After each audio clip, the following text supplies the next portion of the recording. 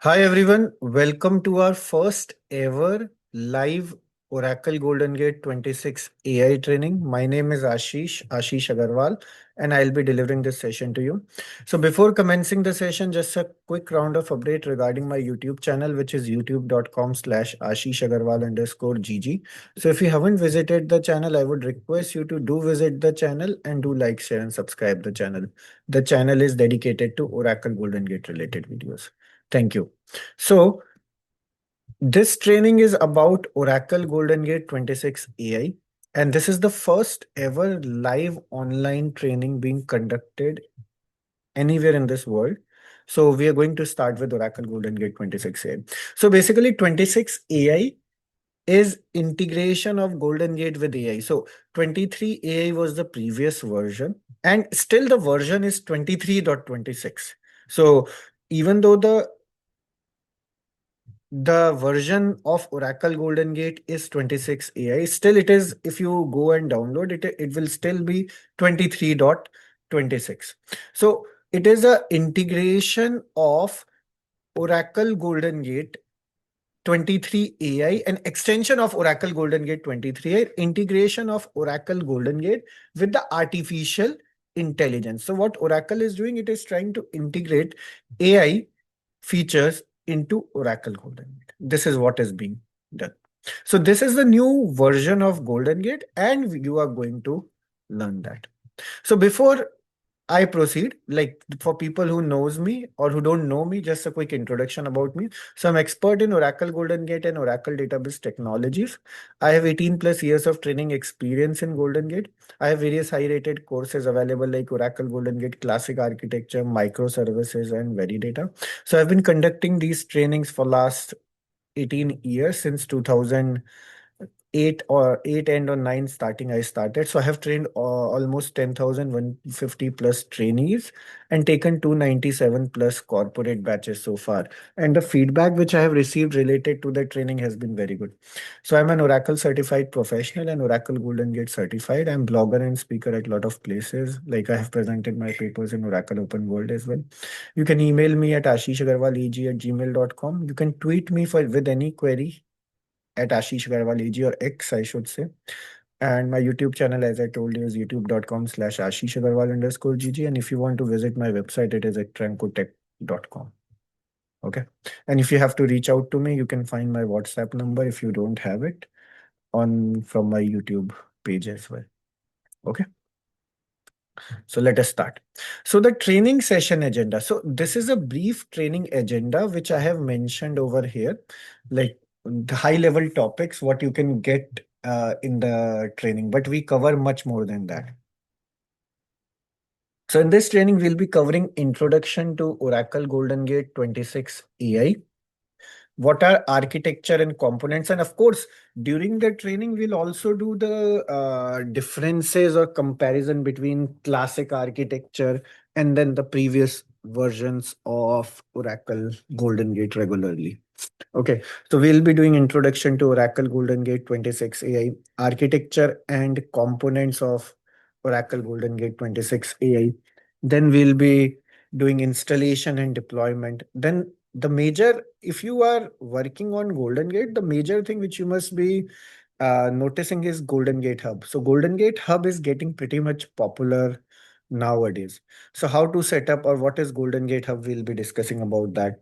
Then we'll discuss about how to configure the processes. Now, it is very important for us during the session to discuss about secure deployment. So with GoldenGate now, it supports both HTTP and HTTPS configuration. So during the training, we'll discuss both secured and non-secured. So I have seen people, they have a lot of confusion in setting up the certificates for their microservices GoldenGate. Like you must have seen all the URLs are HTTPS, like big the common URLs, they use HTTPS. So what is the difference between HTTP and HTTPS? The major difference is secured. So HTTP is not non-secured and HTTPS is secured. So how do you deploy the certificates in GoldenGate environment? What do you need to do to enable the secure deployment. So we'll be discussing about that in detail. I'll be clearing those doubts.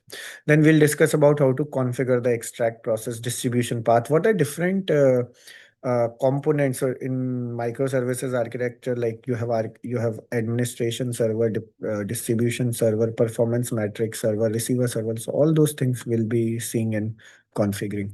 Then how to manage trail files, how to manage GoldenGate processes, understanding parameters, performing initial load, data filtration and transformation, upgrading and migrating GoldenGate. So it is very important that we migrate GoldenGate or upgrade GoldenGate from existing version. So there are two things which we are going to discuss. First is upgradation of GoldenGate from one version to another version. And then of course, we'll also see how to upgrade GoldenGate from classic architecture to microservices, what are different options available.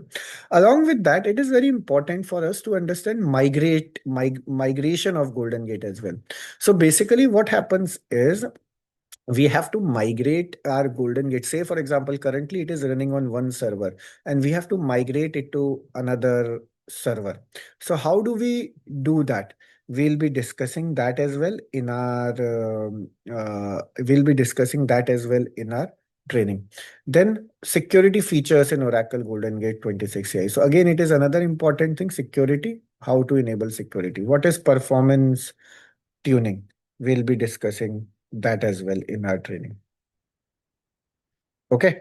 And then during the training, we'll discuss about like new features of GoldenGate data streams and more GoldenGate 26 AI features we'll be doing. So this training will cover complete course.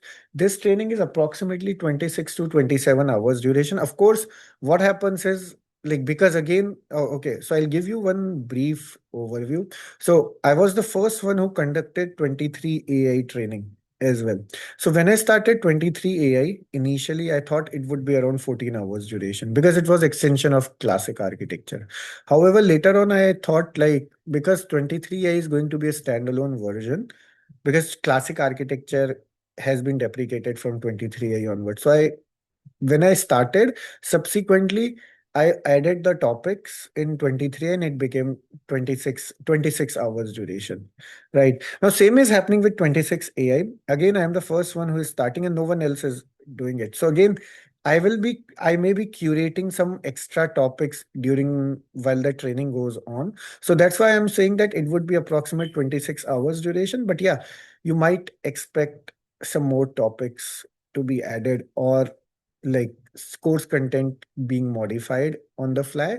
However, yes, major topics or high level topics I have discussed with you, but yeah, there may be so if any new feature is there or something new which I feel like might be beneficial because I work on GoldenGate a lot. So just to give you a brief introduction, I have implemented GoldenGate in more than 1,000 projects. Like I'm working on 1,050 project right now, like the project number I'm telling you.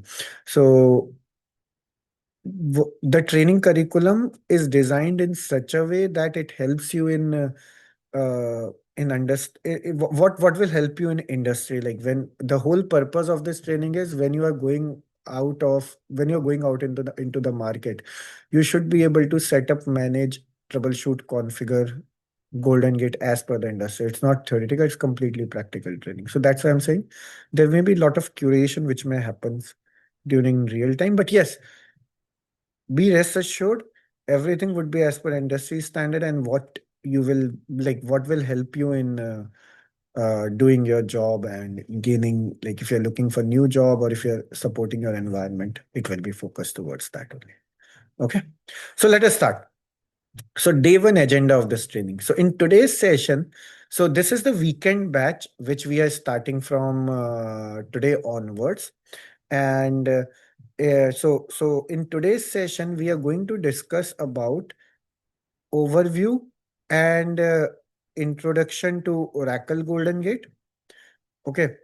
Then different Oracle GoldenGate architectures we'll be seeing.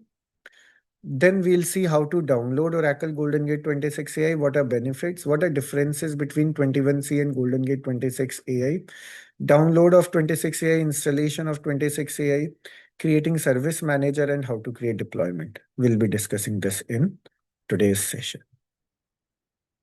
Okay, so before we proceed, let us quickly have a discussion about Oracle database architecture. So GoldenGate is a product which works with database, right? So GoldenGate is a product which basically extracts the data from the database. So GoldenGate, basically, if I have to just give you brief overview of GoldenGate before we proceed. So basically, GoldenGate is a CDC tool. CDC stands for Change Data Capture. Okay, so Golden Gate was named after famous San Francisco Golden Gate Bridge. So there is a uh, Golden Gate Bridge over there. Okay, it was named after famous San Francisco Golden Gate Bridge. So it was founded in 1995. It was a standalone company. It wasn't Oracle product at that time. In 2009, Oracle overtook it, and since then it is known as Oracle Golden Gate. So initially, when Golden Gate was launched, it wasn't designed, or it wasn't supporting these many databases, or it wasn't that much popular. I should say the efficiency of Golden Gate was limited to it was very limited. Basically, the scope of Golden Gate was very limited until 2009. In 2009, Oracle overtook it, and since then there has been a lot of changes in Golden Gate, like extending their support to multiple databases. So now Oracle GoldenGate is supported for heterogeneous databases as well. It not only supports Oracle database, but it also supports heterogeneous database like MySQL, NoSQL database, Informix database. So the support has been extended to a lot of databases, including SQL Server, DB2, MySQL. These are the databases which were already supported. Okay, so so since 2009, it is called as Oracle GoldenGate. So GoldenGate is a CDC tool. So CDC stands for Change Data Capture. So basically, whatever changes are happening in the database, GoldenGate will capture it. So whatever changes are happening, GoldenGate is going to capture. Now the thing is, from where it will capture the changes. So each database has its own transaction logs where those changes are stored into. In case of Oracle, those transaction logs are called as redo logs, or backup of redo logs, which are called as archive logs. Okay, so these are called as redo logs, or backup of redo logs, which are called as archive logs. So GoldenGate uses, so in case of Oracle, it uses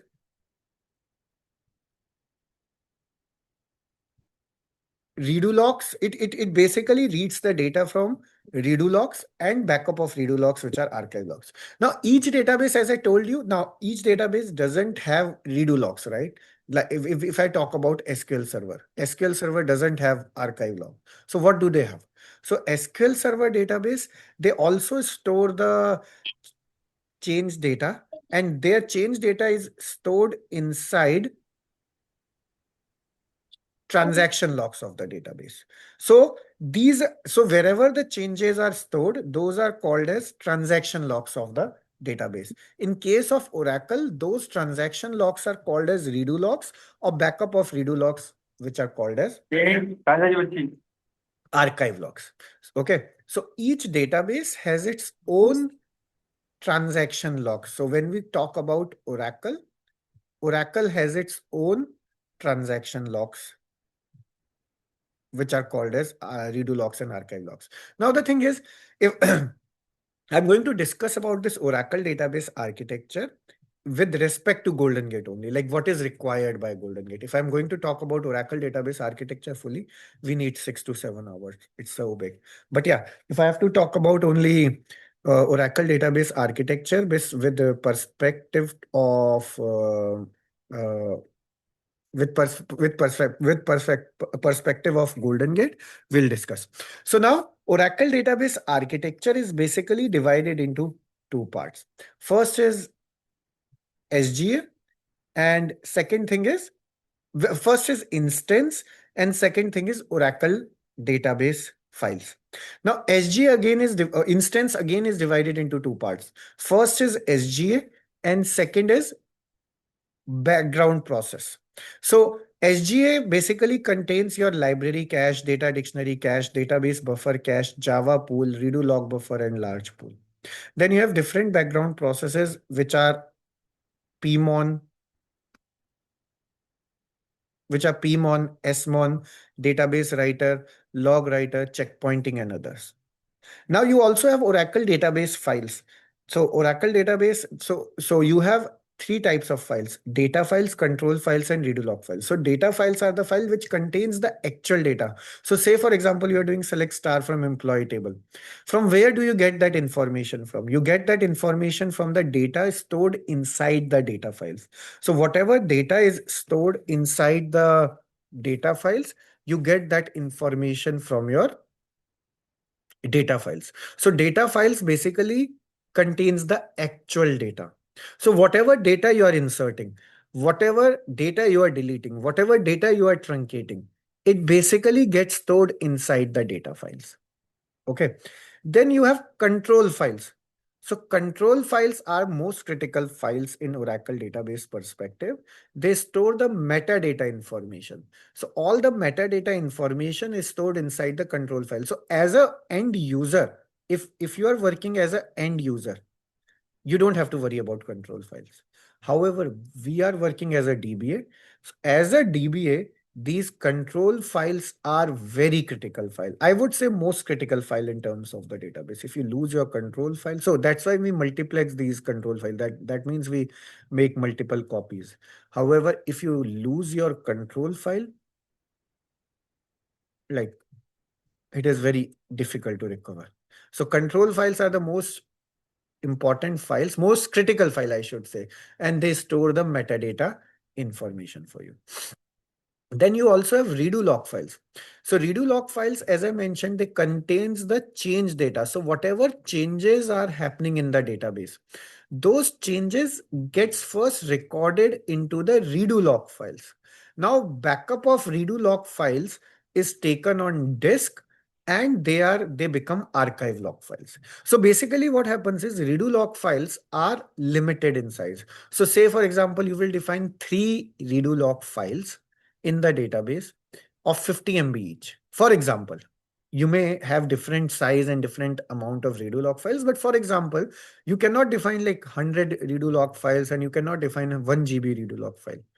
You will define limited amount of size. So say for example, you have defined 50 MB of redo log file size. Okay. And three redo log files you have defined.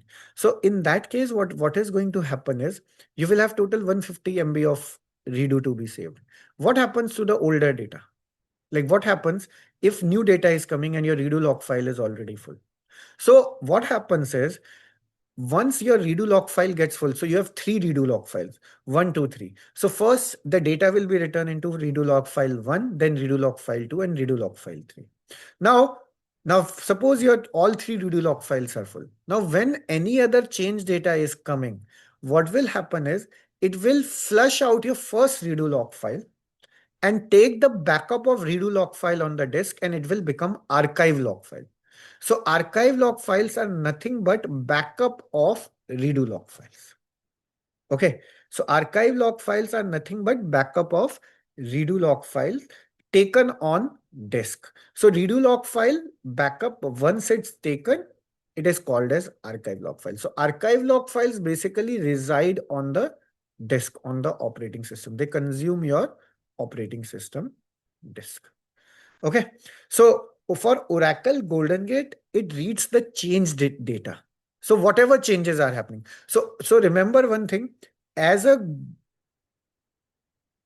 being a database administrator, I have seen many people have confusion or misunderstanding, I should say, not confusion, misunderstanding, that redo log files and subsequently our archive log files contains only committed transaction. That's not true. Your transaction logs contains both committed as well as uncommitted transaction.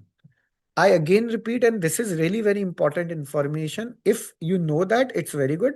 But if it's a new information, then let me know, type in the chat window that redo log files and archive log files contains both committed as well as uncommitted transactions.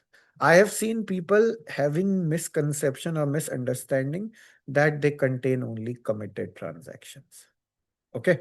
Now, how does these redo log file or archive log files get the data? So it is very important now that for GoldenGate, this is the source. There is no other source. GoldenGate doesn't read the data from data files or any other place. It reads the data from your transaction logs. So in case of Oracle, it reads from redo log files or backup of redo log files, which are archive log files. So the most important thing is any data, any insert, update, delete, any DML or any DDL transaction, like your create, modify, they should be written over here in order to capture the transaction. If it's not written over here, then GoldenGate cannot capture it. So the primary requirement is data should be written into these particular redo log files and archive log files. Okay, now the question comes, how do they get the data from? So they get the data from, I'll tell you. So what happens is, say for example, you have you execute the statement update employee table, set salary equal to 10,000. You did it. So what happens is, at the database level, what will happen? It will fetch the data from the data file. It will come over here. So what happens is, any processing, any transaction, like which when it runs inside the instance. It doesn't run directly into the database internally. So this is being a database administrator. This is for our information. As an end user, who is the consumer, they may feel like everything is happening inside. No, what happens is, when you're updating a record or inserting or deleting, it happens outside of the database, inside the instance. So inside the database buffer cache, whenever you are changing any data, it becomes a dirty buffer. Okay. Now the copy of any change, whatever you have done. Now remember, any insert, update, delete, or any DDL, it's a change for the database.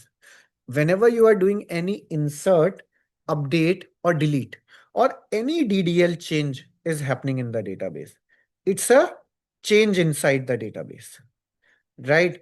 Now, because it's a change inside the database, it is called as a dirty buffer. So dirty buffer is any buffer which got changed. Internally, it is called as dirty buffer. The terminology which we use is, it is called as dirty buffer. Now, whenever there is dirty buffer, so whenever you do any insert, update, delete, or any DDL, it gets written into your database buffer cache. Now, from database buffer cache, with help of, you have these background processes. Now, this is where the usage of these background processes comes into picture. Okay. Now, what happens is, your database buffer cache, you have these background processes, database writer, log writer. Now, these are very important and they play a very major role. So with help of database writer, any changed buffer gets written into the data file. However, what happens is, any buffer which got dirty, the change data gets written into these redo log buffer as well. The change data gets returned into redo log buffer. So say for example, you did any insert, update, delete. It will happen in the database buffer cache, but the same copy, because it is a dirty buffer, it will be returned into the redo log buffer as well.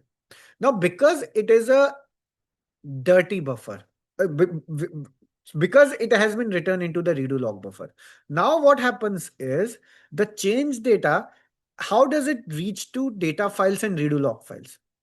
So the whatever changes you have done, you have these background processes. So there is a background process, log writer. So with help of log writer, the change data gets returned from redo log buffer to redo log file. The change data, whatever changes you have done, with help of log writer process, Let me take a pen. Okay. With help of this log writer process, it gets returned from redo log buffer to redo log file. Okay. And also the changes what you have done, they get return from database buffer cache to data files with help of database writer process. However, this log writer process, because I should draw it like this, so that it is more convenient. Okay. So the data from redo log buffer reaches to redo log files with help of log writer. Now, log writer process writes the data whenever there is commit in the database, or when redo log buffer is 1/3 full, or when there is 1 MB of redo, or every 3 seconds. But last point is very important. Before database writer process writes the data. So before the data actually gets returned into the data files, the changes gets returned into the redo log files prior to that. I again repeat, before the data gets returned into the data files with help of database writer process. Prior to that, the data becomes available into redo log files. Now the question comes, why? What is the need of these redo log files? The purpose of redo log files is to redo the data. Say for example, I'll give you this example with a pinpoint real-time scenario. Say for example, you have a bank account in Bank of America or State Bank of India. Okay. Now, you currently have 10,000 equivalent currency in your account right now. Okay. Now, what you want is you want to deposit 5,000 currency, 5,000 rupees or dollar in your bank account. Okay. Current balance is 10,000 and you want 5,000 more. So updated balance should be 15,000. So you went to the bank, you went to cashier, and cashier took the money from you. Okay. Now, cashier basically, the cashier who is working on, so cashier basically means the front desk representative at the bank. So she can only work on, she only works on front end, basically at the application level. And application gets connected to the database. So basically at the application level, she took 5,000 from you. And at the application level, she put that 5,000 deposited. Right. Now from the application now, so you gave the money and you came out. Now from the application, the request will go to the database. But before it could reach to the database, so between the time you deposited the money, you gave the money to the cashier, and then cashier basically deposited the, clicked on deposit, before it could reflect in your database, application took the money, but before it could actually reach the data files. So the request has been sent from the application, but before it could actually get applied into the data files, your database crashed. There was a power failure or any other reason. Okay. Now it was down for, say, for example, 10 hours. So you came home and check the balance, you still notice that it is still 10,000. Ideally, it should have been 15,000. In today's world, what happens is it gets reflected immediately, right? So what you did basically is, now being a customer, you don't feel good because your updated balance should be 5,000, sorry, 15,000, but it still shows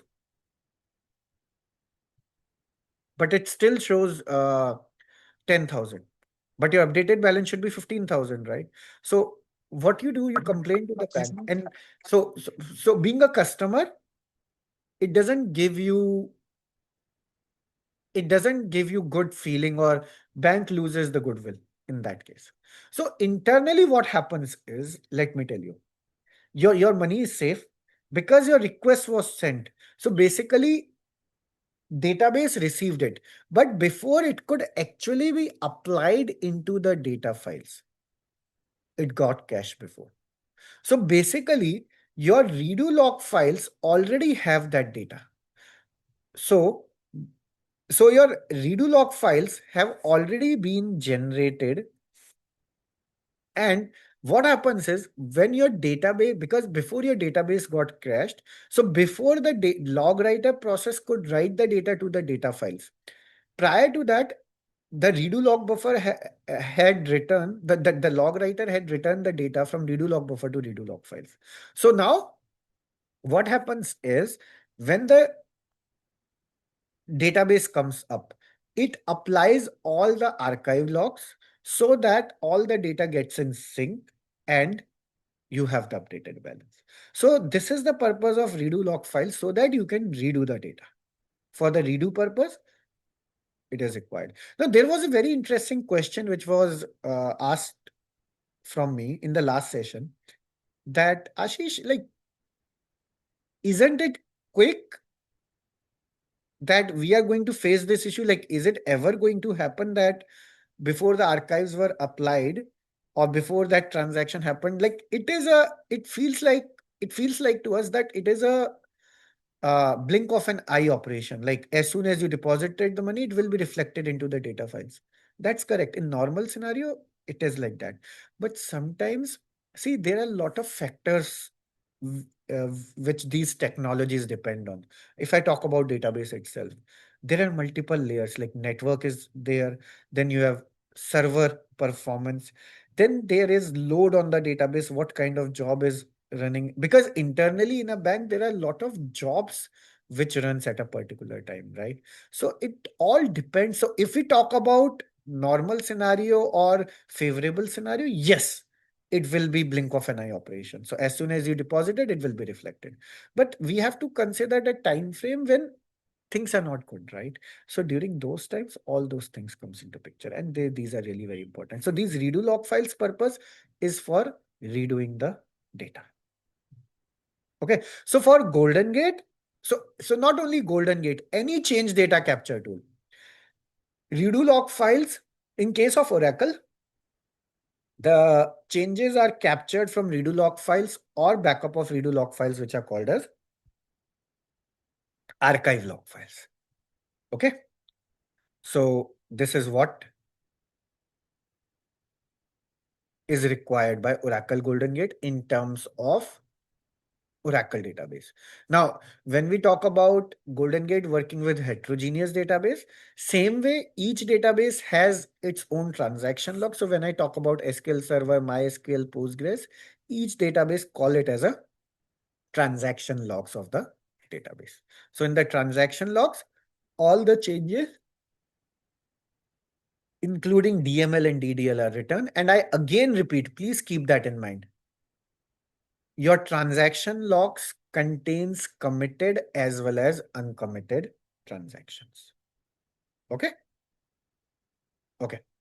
So now, so guys, one thing which I want to tell you is this is our AI training. And what I'll be doing is I'll be discussing with you some of the tools, AI tools, which might help you in your regular day-to-day work as well. Okay. So if you're interested to learn, I'm planning to introduce, if you're interested to learn, just type in the chat window yes, and then I'll introduce that as well. Okay. Okay. So now let us move forward. Now, what is Oracle GoldenGate 26ai and why learn it? So first of all, GoldenGate is a replication tool. Okay. GoldenGate is a replication tool which replicates the data from source to target. Okay, so what Oracle GoldenGate does is Oracle GoldenGate basically replicates the data from source to target. So purpose of GoldenGate is to ensure that your target database is in sync with source database. So your target database is getting data from source. So your, say for example, your source is in Dallas and target is in New Jersey. So what you want is whatever transactions are happening in Dallas database, they should be replicated to New Jersey. The simple reason being is why you want this is so that for the For the disaster recovery, it can be, or it can be offloading the load, or it can be any other reason you might want to do it. So Oracle GoldenGate 26 AI comes with lot of new features, which include real-time data, which include reduced downtime, which includes improved analytics as well in real time. Okay, so Oracle GoldenGate 26 AI has been launched in February. Okay, and it is the latest version of GoldenGate, and a lot of organizations have already started. So I'll tell you, the GoldenGate version, the will be when we download, you will see as well. So the GoldenGate version is 23.26.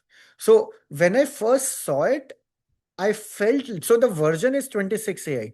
But if you see generally what Oracle does is when there is a PSU patch or when they launch a patch, they put it like say for example 19 dot in the initial version, if it is 19.0.0.4, then they when they launch a new next patch, they will launch it like 19.1 or 19.2, something like that. Same with GoldenGate, what they have done is that the version is 26 AI, but they have named it like 23.26. So it's a standalone version. It's not like you first need to install 23 and then over that you will apply the patch now. It's a standalone version. But yeah, the version naming is 23.26. Okay.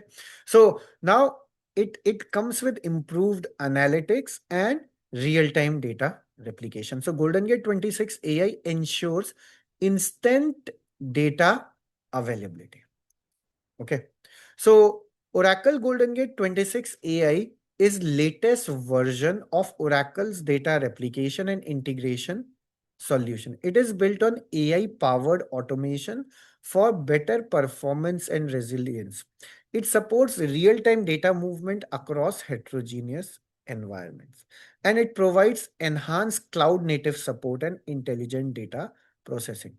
And let me tell you, so this is about, I'll tell you, to be honest, these sentences I have taken from Oracle website, but we'll be discussing more on this I mean, like in detail. You will understand more on this part, like what exactly each term means. So basically, it is built on AI powered automation. AI powered automation means they are trying to introduce more AI related stuff for improving the product. Like as of now, it's not generative AI, but yes, subsequently, you may not know, like in the future version, you may say that I want to set up replication. Just set up, just say, just like you do in Chat GPT, right? You say that I want to set up replication between source and target. Can you create an extract? And these are the path, these are the trail file location. Maybe, who knows, in future it might be like that. As of now, no, it's not there like that. But yeah, who knows in future it becomes like that. So initially we are still into the initial phase of AI. Just like I basically resemble this AI terminology to Google Maps. I remember, I think Google Maps was introduced in 2003, 2004, if I'm not wrong. So when it was launched initially, so I was in India at that time. So what I used to do was I used to search for my home on Google Maps. I did. So basically it was the starting. We didn't know what it would do or what is the capability of this uh, Google Maps is. Right at that moment, because it was such a new product, like they had just introduced, but we didn't know that it is going to be a big giant or it would be used in so many technologies, right? So initially it was just launched, and now you can see like the usage of Google from the journey from just looking at Google Maps to search for our home. I used to zoom and I used to see, like I used to live in Haridwar, Uttarakhand, India at that time. So I used to zoom and see. So it's a tier 3 city, like it's not a big city, right? So still, I was like very much perplexed at that moment. Like, how can a technology search a city with which is like not that popular? Like it is popular among, like it's a holy city, but again, being on Google Maps, it was a big achievement at that moment. And like we didn't used to do anything with Google Maps. Just we were even not the consumer, but we are just happy that we were able to see our home, right? But later on now, we can see what is the capability of Google Maps. Like today, if I have to go, like I have been to my friend's place almost 100 times, but still, if I have to go, I use Google Maps. And different technologies are using Google Maps for different purposes, right? So there is whole lot of use cases with respect to Google Maps. So same thing with AI introduction in GoldenGate.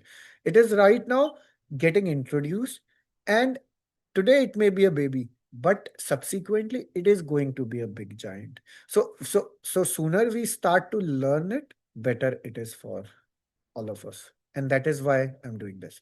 Okay. Now, is there any major difference between GoldenGate 23 AI to GoldenGate 26 AI? So there are new features. See, again, I'll tell you. 26 AI is extension of 23. Just like your 20, just like your 21C is extension of 19C. In the same way, 26 AI is extension of 23 AI. They have improved major, they look and feel is different in 26 AI. Second thing is they have introduced AI powered automation. I'll show it to you. So with terms of vector replication. So uh, vectors replication have been introduced in Oracle database 23. Vector has been introduced in Oracle database 23. So vector replication was introduced in 23.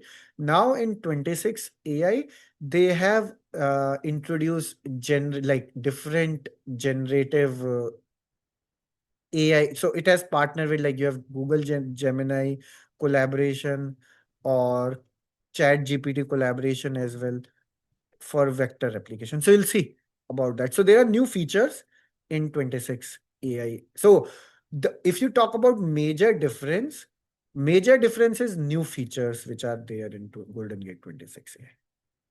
Okay. Okay. So now let us do so 26 AI is only microservices driven architecture, just like 23 AI. 26 AI is majorly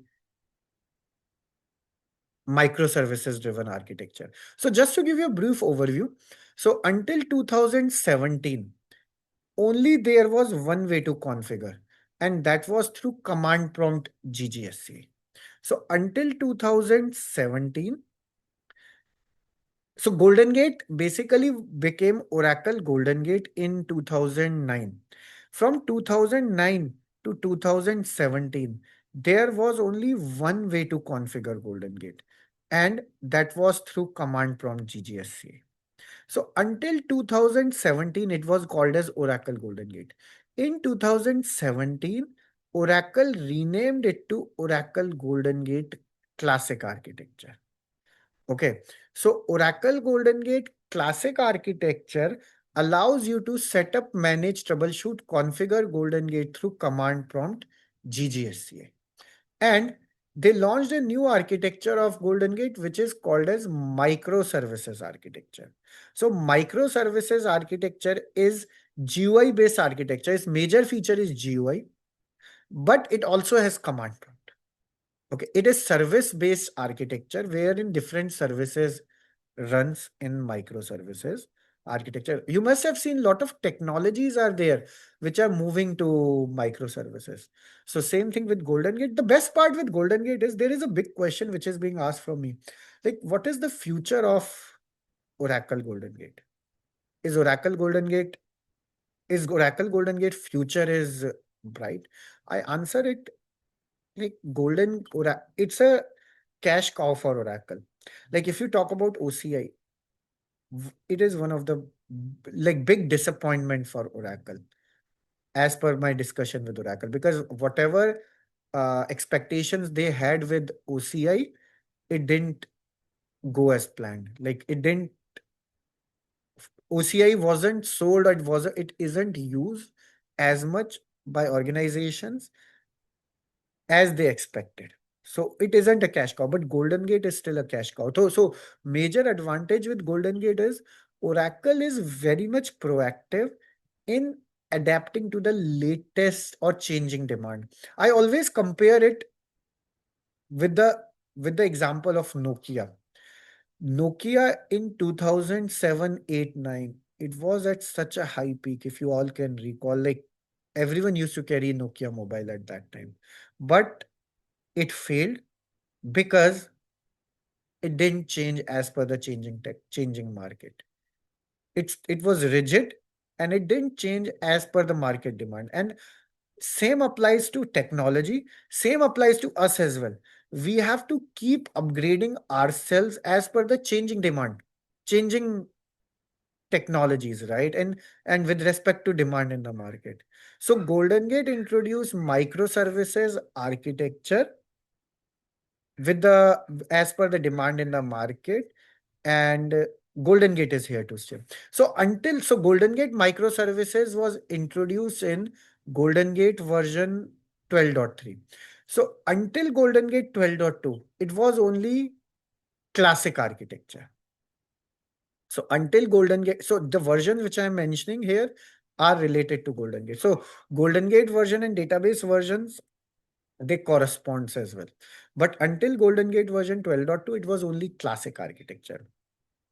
In 12.3, so basically it means that if you are trying to set up Golden Gate until Golden Gate version 12.2, you have only one option of setting classic architecture. Then when 12.3 came, from 12.3 to 21c, both classic architecture and microservices architecture coexisted. So basically you can pick and choose what type of architecture you want to implement in your environment. Okay. So if it is supported, you can choose microservices. If it is supported, you can choose classic based on your requirement.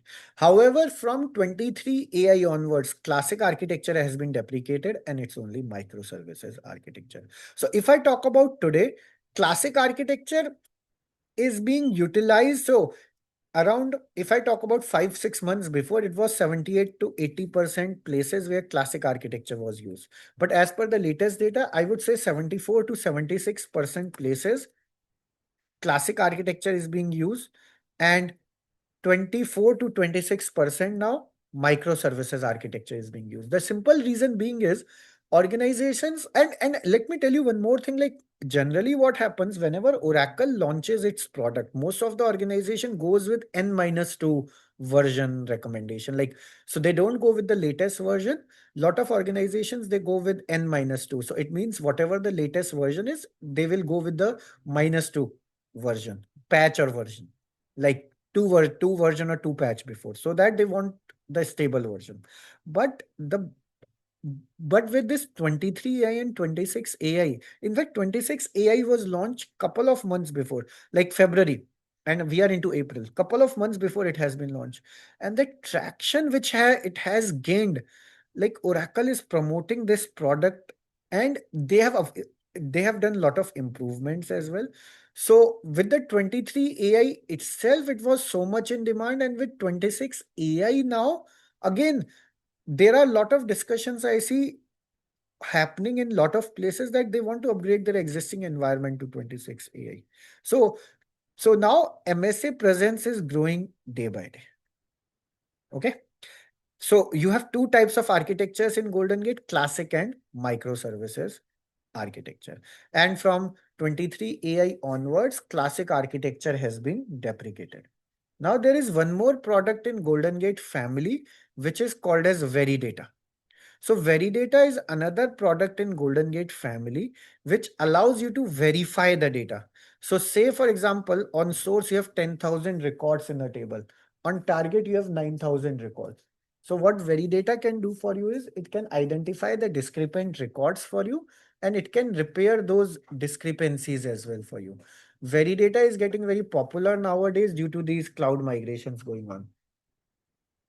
So organizations want to confirm whether their data is in sync or not upon migration. So Veridata, again, the latest version they have launched it 26c. They're again going now. What Oracle is doing, it is running Oracle database, Oracle GoldenGate, and Oracle Veridata.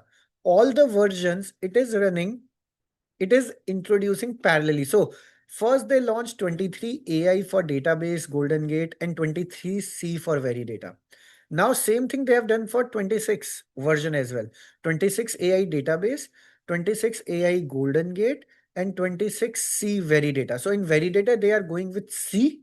They're not introducing AI, but with database and GoldenGate, they are putting AI in the version. Okay, so Oracle GoldenGate family, if I talk about the latest version, it contains three things. Oracle GoldenGate Classic Architecture 21C. So classic architecture is the classic architecture latest version is 21C. Then microservices latest version is 26 AI, which you are learning, which you are the first one to learn, and Veridata 26C, which will also be learning. Okay, so these are the three technologies which make Oracle GoldenGate family. Oracle GoldenGate Classic Architecture, Oracle GoldenGate Microservices, and Veridata. And the latest versions of all are 21C, 26AI, and 26C, respectively. Okay.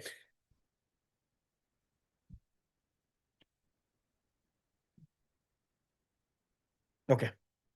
So now this is what. So Oracle GoldenGate Classic Architecture is available for both Oracle as well as non-Oracle database architecture. Same thing with microservices as well. It is available for both Oracle and non-Oracle database from Oracle GoldenGate 21C onwards.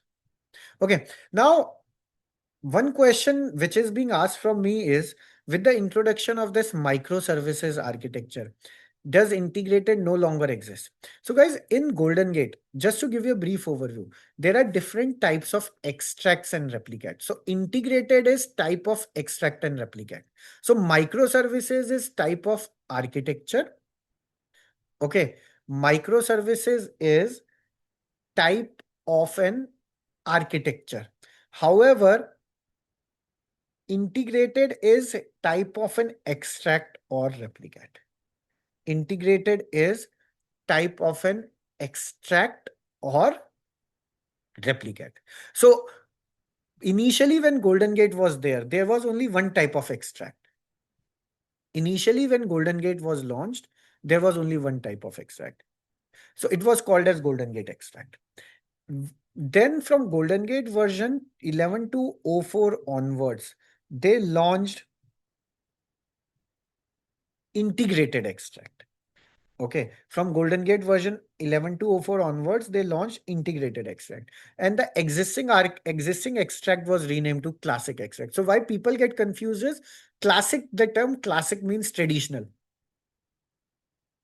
So what they did is they renamed the existing architecture to classic, and they renamed the existing extract to classic as well.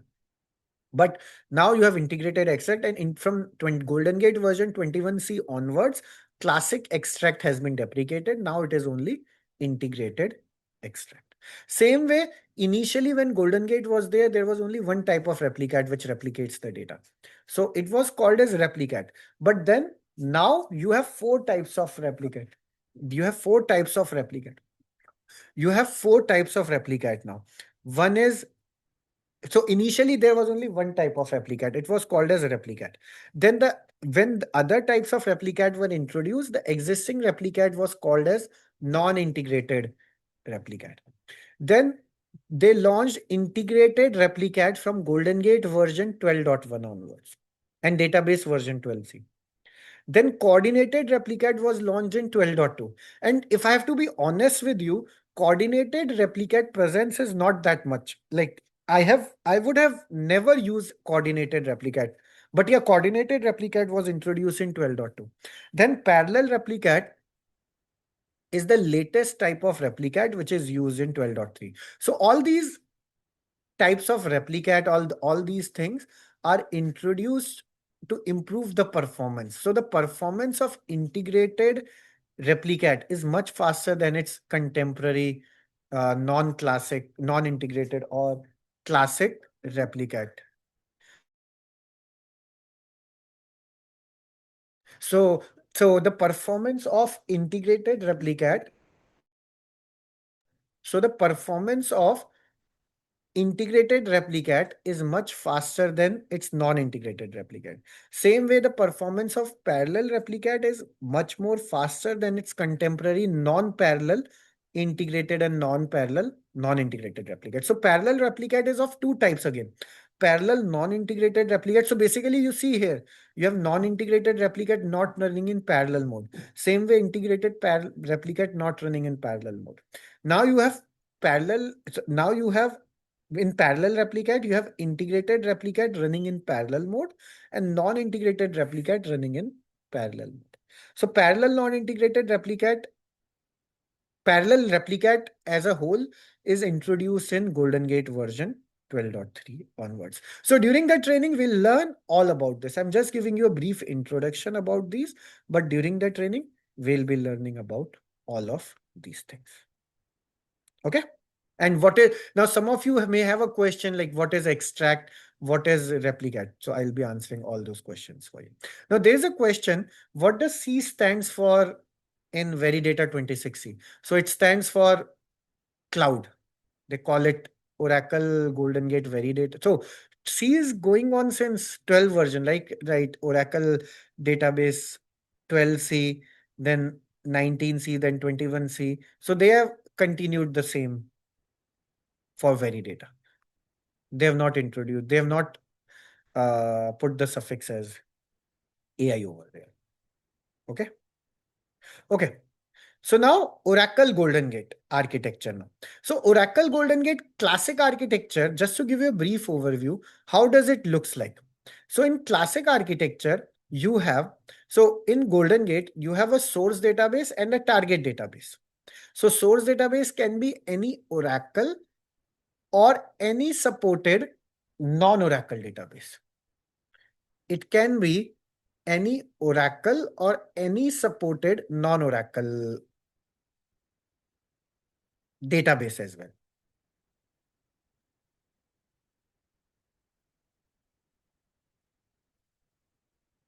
Right. So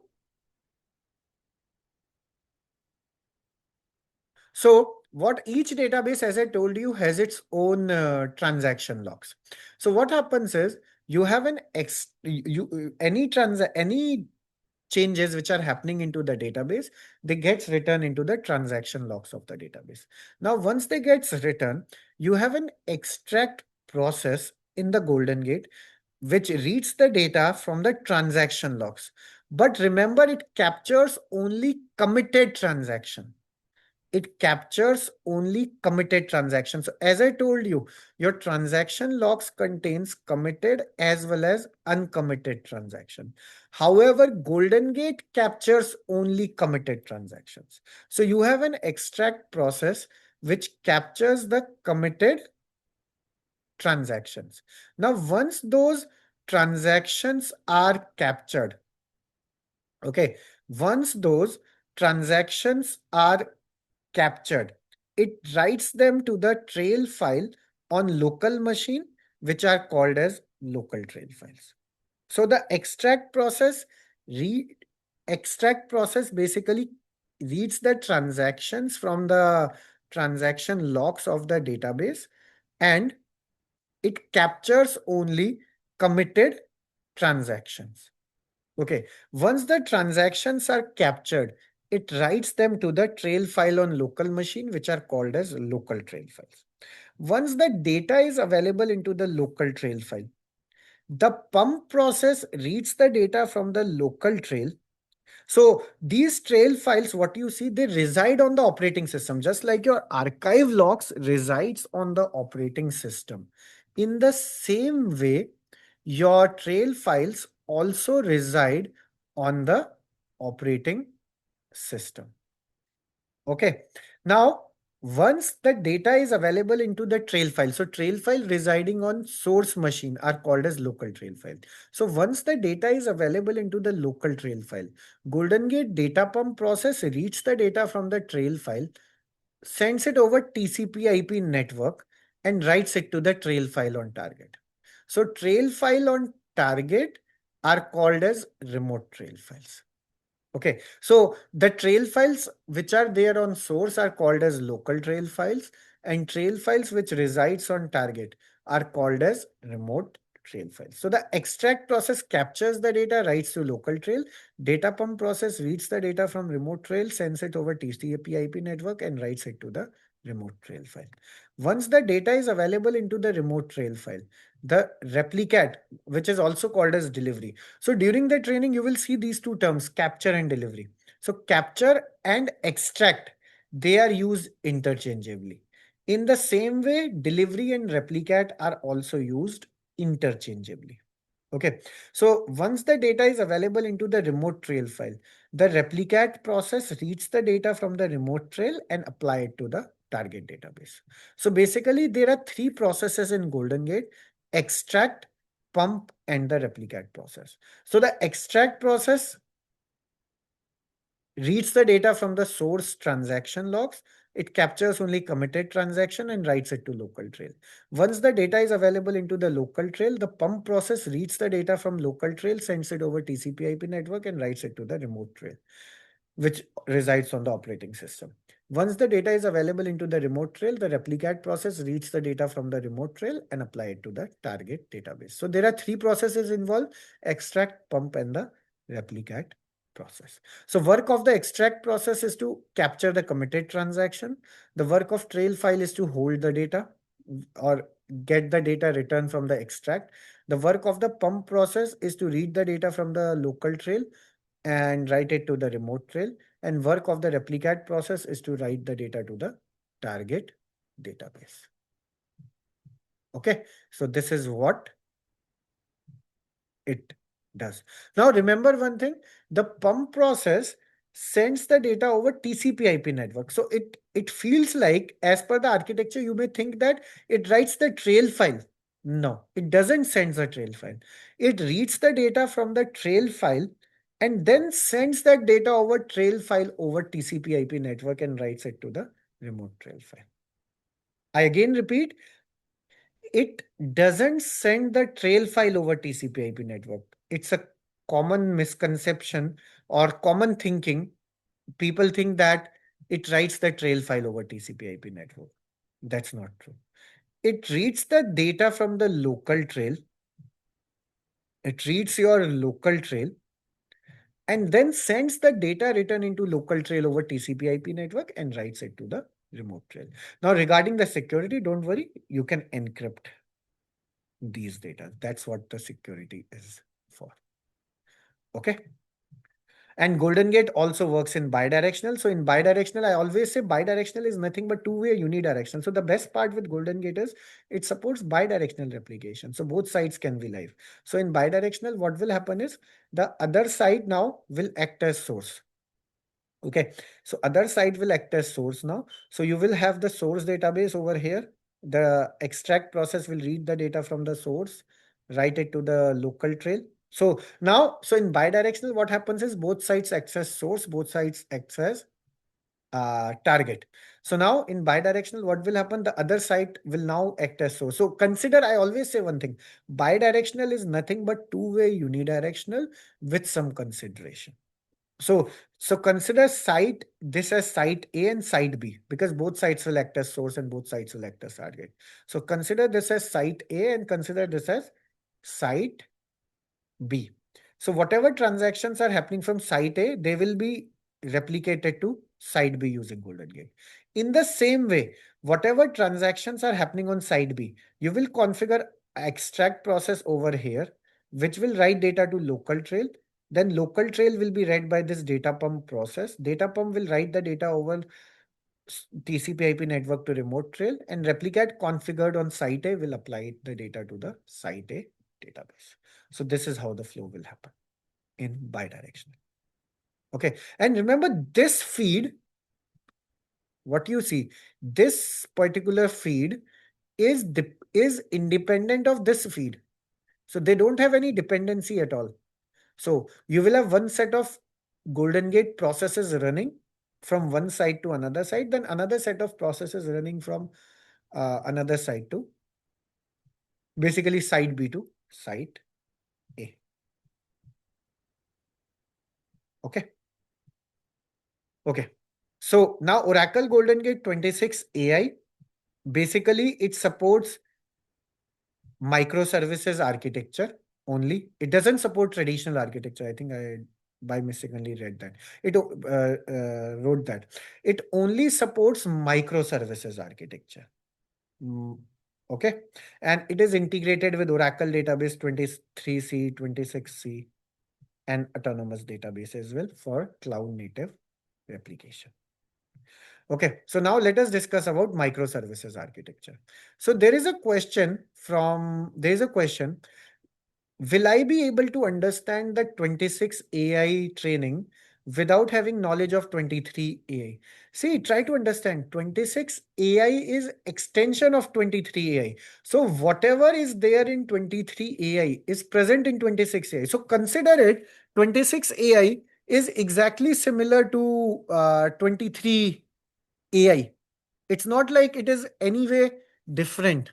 It's just that, as I told you, the version of 26 AI is 23.26. So Oracle has the name of the course is 26 AI, of course, but the version is still 23.26. So you don't have to worry. It's all same. Only thing is with the latest version comes the latest features, which you may not anyway be using because your database may not be capable to use those features, or you may be using it. But the major focus still remains, the major basics still remain 23. Just like I always compare it, like if in classic architecture, if you're working on 19c or 21c, both are same. Basically 21c is extension of 19c. So same thing with here as well. So there would be no issues for you if you're attending 26 AI, or and I'll be giving you reference for everything. Don't worry. Everything will be covered. Okay. Okay. Now so 26 AI, just like 23 AI, is only on microservices architecture. Okay. So 26 AI is on, just like 23, it is also on microservices architecture. So microservices architecture basically was introduced in 12.3 Golden Gate, and it is a REST API microservices based architecture which enable us to configure, monitor, and manage Golden Gate services using web-based user interface. So you have GUI over here. Okay. So in August 2017, this was microservices architecture was released, and the latest GGSCI based architecture was renamed to classic architecture. Okay. Now, initially, like what happened was, initially, I'm talking about until 2022, when you had to upgrade your microservices to classic architecture, there was no direct way. You had to do the fresh installation. However, the good news is Oracle has now launched a migration utility. You can use that migration utility now to migrate your existing classic architecture to microservices architecture as well. So you can use that migration utility to migrate your existing classic architecture to microservices architecture. So we'll be discussing about that migration utility as well in the training. Okay, so Oracle GoldenGate microservices architecture. As the name suggests, microservices is service-based architecture. So what happens is there are different services which runs. There are different services which are present in microservices architecture. Okay.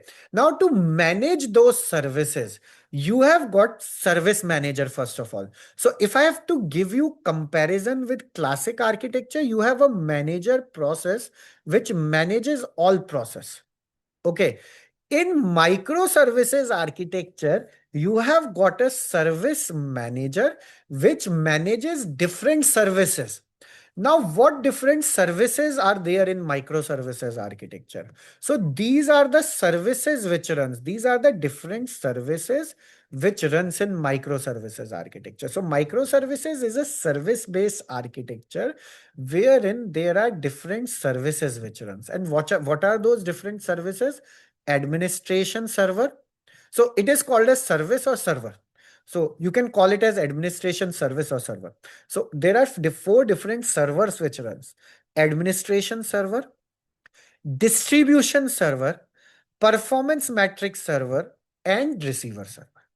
These are the four servers which runs in microservices architecture.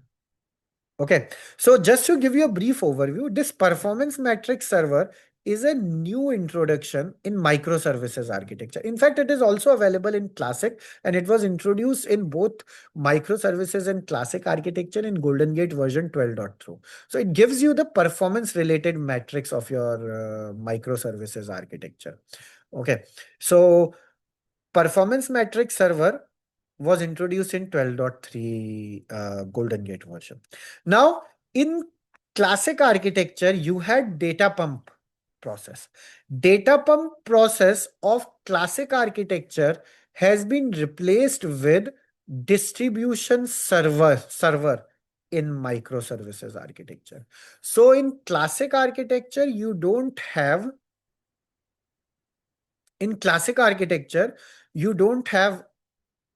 data pump process. It has been replaced with distribution server. So in classic architecture, you have this data pump process, right? In microservices, you don't have. Instead, classic architecture data pump has been replaced with microservices distribution server. Okay. In the same way, now what happens is how data pump sends the data over TCP/IP network in classic architecture. So data pump basically in classic architecture sends the data over TCP/IP network where manager process is there on target. Then it starts the collector process. So data pump process establishes the connectivity with target collector process, which is a background process. So collector is a background process which runs in the background on the target machine. And collector process, as the name suggests, it collects the data. Okay. Now, what happens is the collector process runs on the target machine, on the target server. Okay. Now, data pump process establishes connectivity with the target server. Data pump process establishes connectivity with the targets manager, and then it starts the collector process, and collector is a background process. That's why you don't see over here.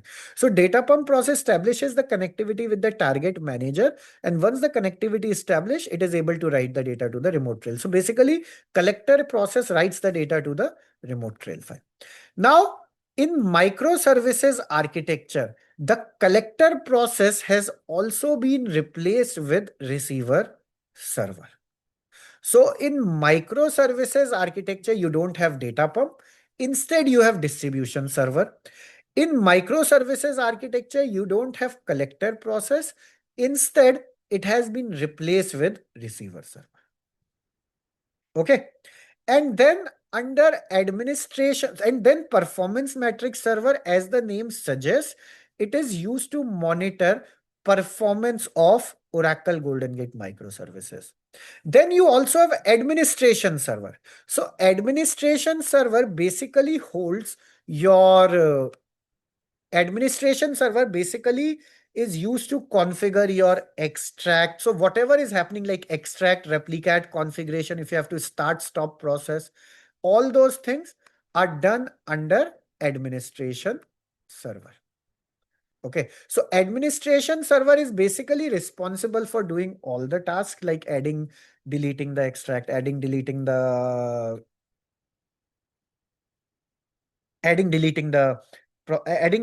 extract, stopping, starting the extract, purging the trail files, or any other task which is required to be done is done under the administration server. Okay, now in GoldenGate, what happens is you have different homes. Service manager resides under its own home. Then these four services together are called as deployment. These four services together are called as deployment. GoldenGate deployment. Okay, so this is service manager. So service manager will reside under its own home. service manager home.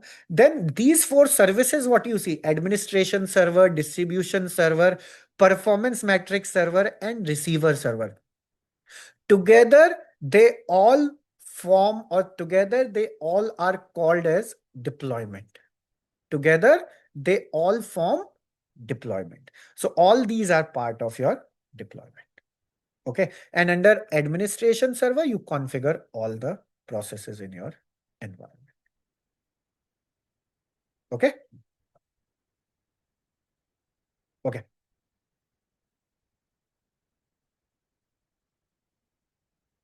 So this is how your GoldenGate actual architecture looks like. Okay. So you have source as well as target database. Okay. Now you will see, like if you are doing the local deployment, basically you are deploying GoldenGate microservices on both source as well as target. So what happens is you will have four services running. For administration server, so service manager will be managing all these four services. So you will have its own service manager running on source and service manager on target. Same way, all the all the services are running on source and all the services are running on target individually. So under administration server, you will configure GoldenGate extract process, which will fetch the data upon reading the source database, write it to local trail. Once the data is available into local trail, the distribution server will read the data from local trail, send it over TCP/IP network, where receiver server will collect it and write it to the remote trail file. Once the data is available into the remote trail file, the replicat process will read it and write it to the target database. So if you see, the replicat configuration is happening under administration server. The extract process configuration is happening under administration server. The replicat process configuration is also happening under the administration server only. Okay. So again, I repeat, under the administration server, you will configure the extract process, which will generate the data into the local trail file. Once the data is available into the local trail file, the distribution server will read the changes from the local trail file, send it over TCP/IP network, and with help of will communicate with the receiver server on target. Once the communication is established with the receiver server on target, receiver server will receive it and write it to the remote trail file. Once the data is available into the remote trail file, the replicat process configured on target will apply it to the target database. Okay, so this is what the overall architecture of GoldenGate microservices looks like for you. This is how the overall architecture of GoldenGate looks like to you.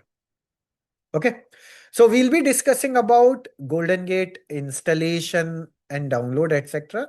But prior to that, let me discuss about, as I told you, I'll be discussing some of the AI tools as well with you during the training.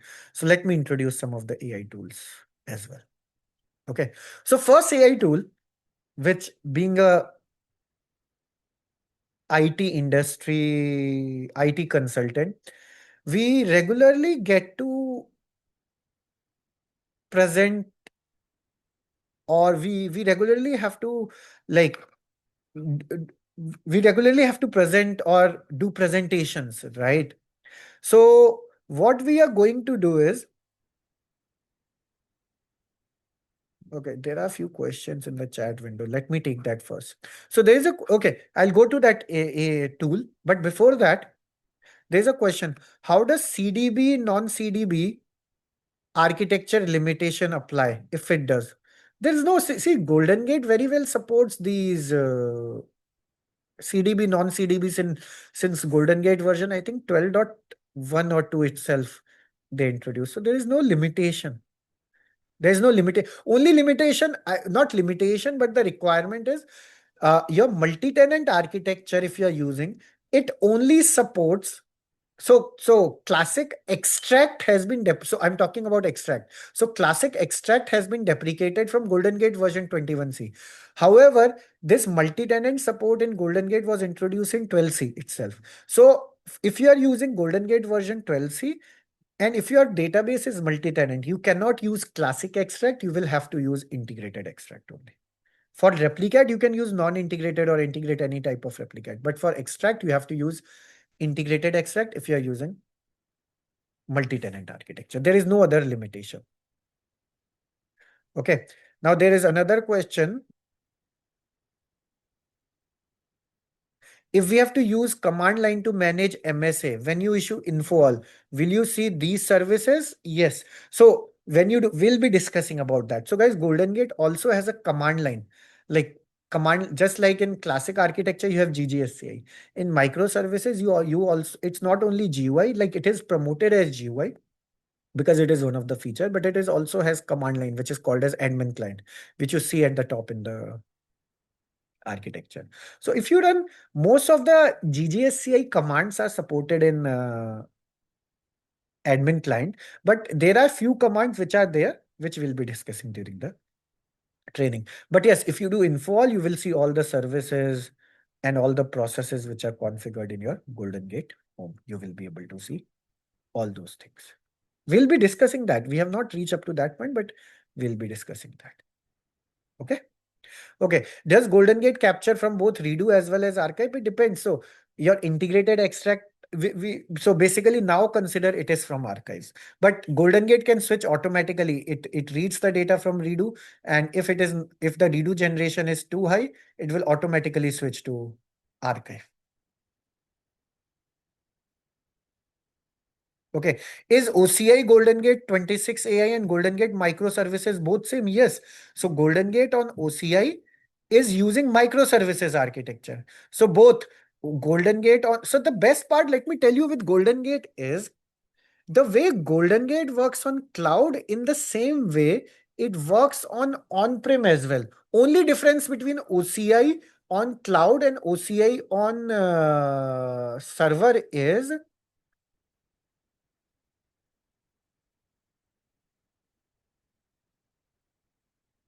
okay, only difference between Oracle, only difference between uh only difference between, what was the question? Sorry.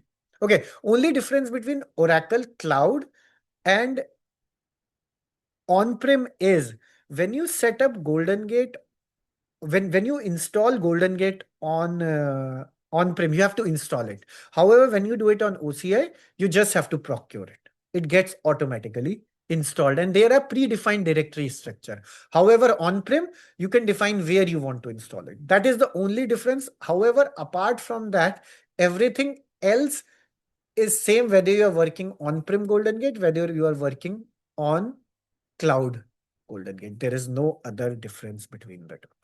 Okay. So we'll be covering all those things. Okay. Okay. So now, before we proceed, let me show you one tool related to AI. So,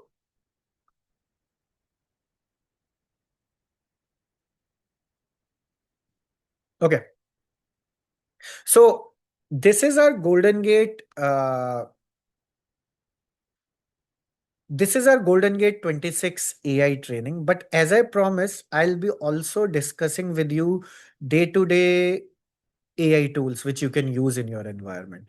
So let me discuss first tool with you, which would be very helpful for you.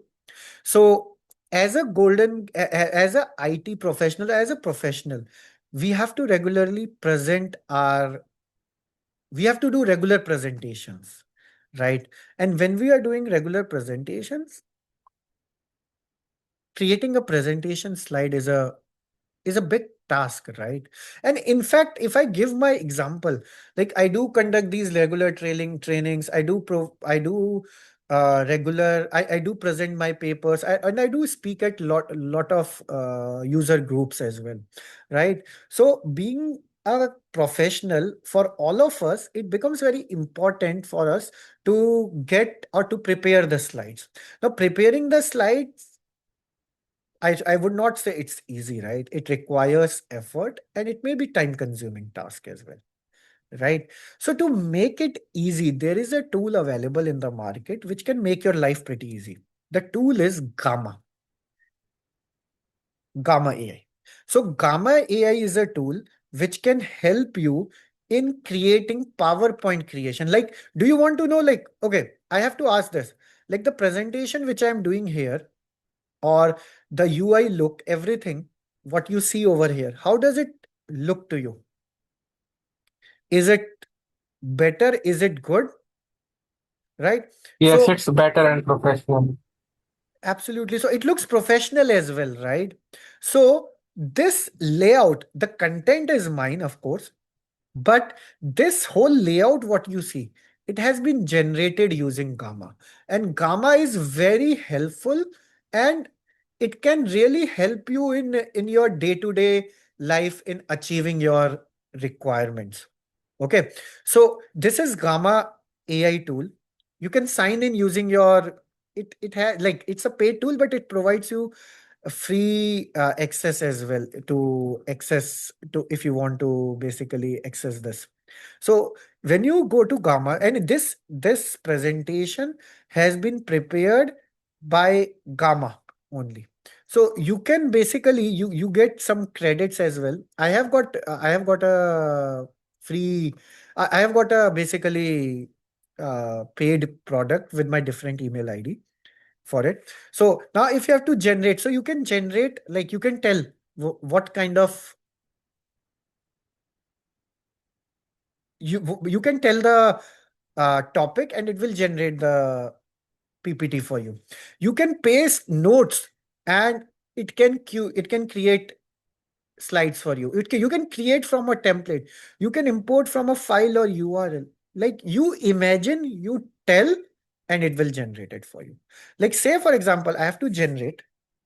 Okay. Now I would say presentation. Okay. Describe what you would like to make. You can when you are free, when it is free, you can generate 10 slides. Okay. Now, if you have paid, like if you buy the pay, if you pay and buy the pro, you can go up to 50 or 75 depending on the pricing you choose. Okay, but free creates 10 slides for you. You can choose what type of design you want. You want to use classic or studio. Then you have different options available, like size, what kind of size you want. Like if you want to use it for Insta or YouTube, you can use traditional as well, or you can use tall. It will do that for you. Then you can generate different languages are also available. Like say for example, I want to generate it in, I think I saw sometime now some Indian languages as well. Hindi as well is there. So if you want to generate it in Hindi or any other language, English or African or Portuguese, different options are available. You can generate it. Now, say for example, describe what you would like to make. So I want to generate slides for Oracle database 26a. See, I'll tell you one thing. When you are working with any AI tool, consider it like as a child, like you train your child, right? And then accordingly it understands, and it becomes a it, it becomes big, right? Same thing.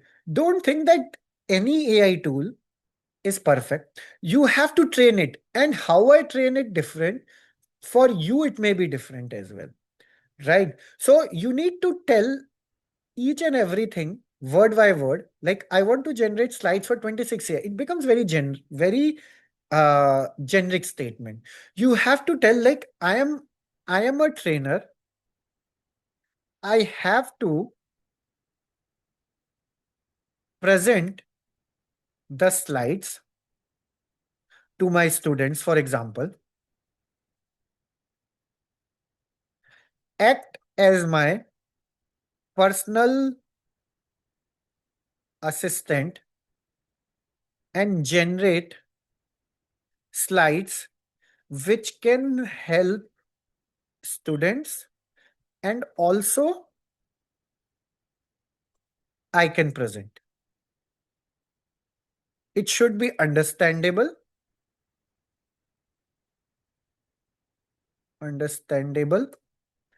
and should start from basics.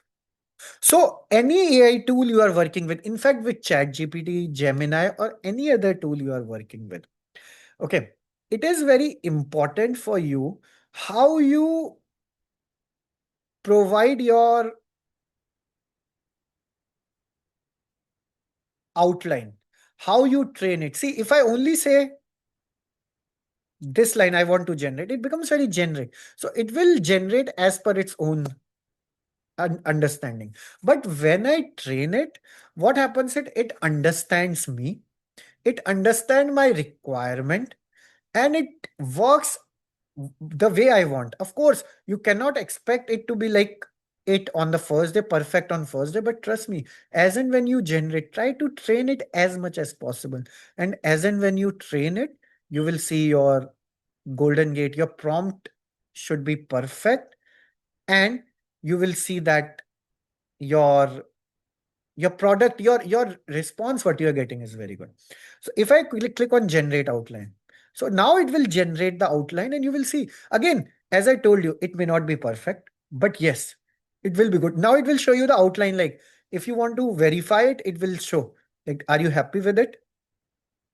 It has generated. Now you can see what kind of images are there, everything. If you are happy with it, just click on generate and it will generate it for you.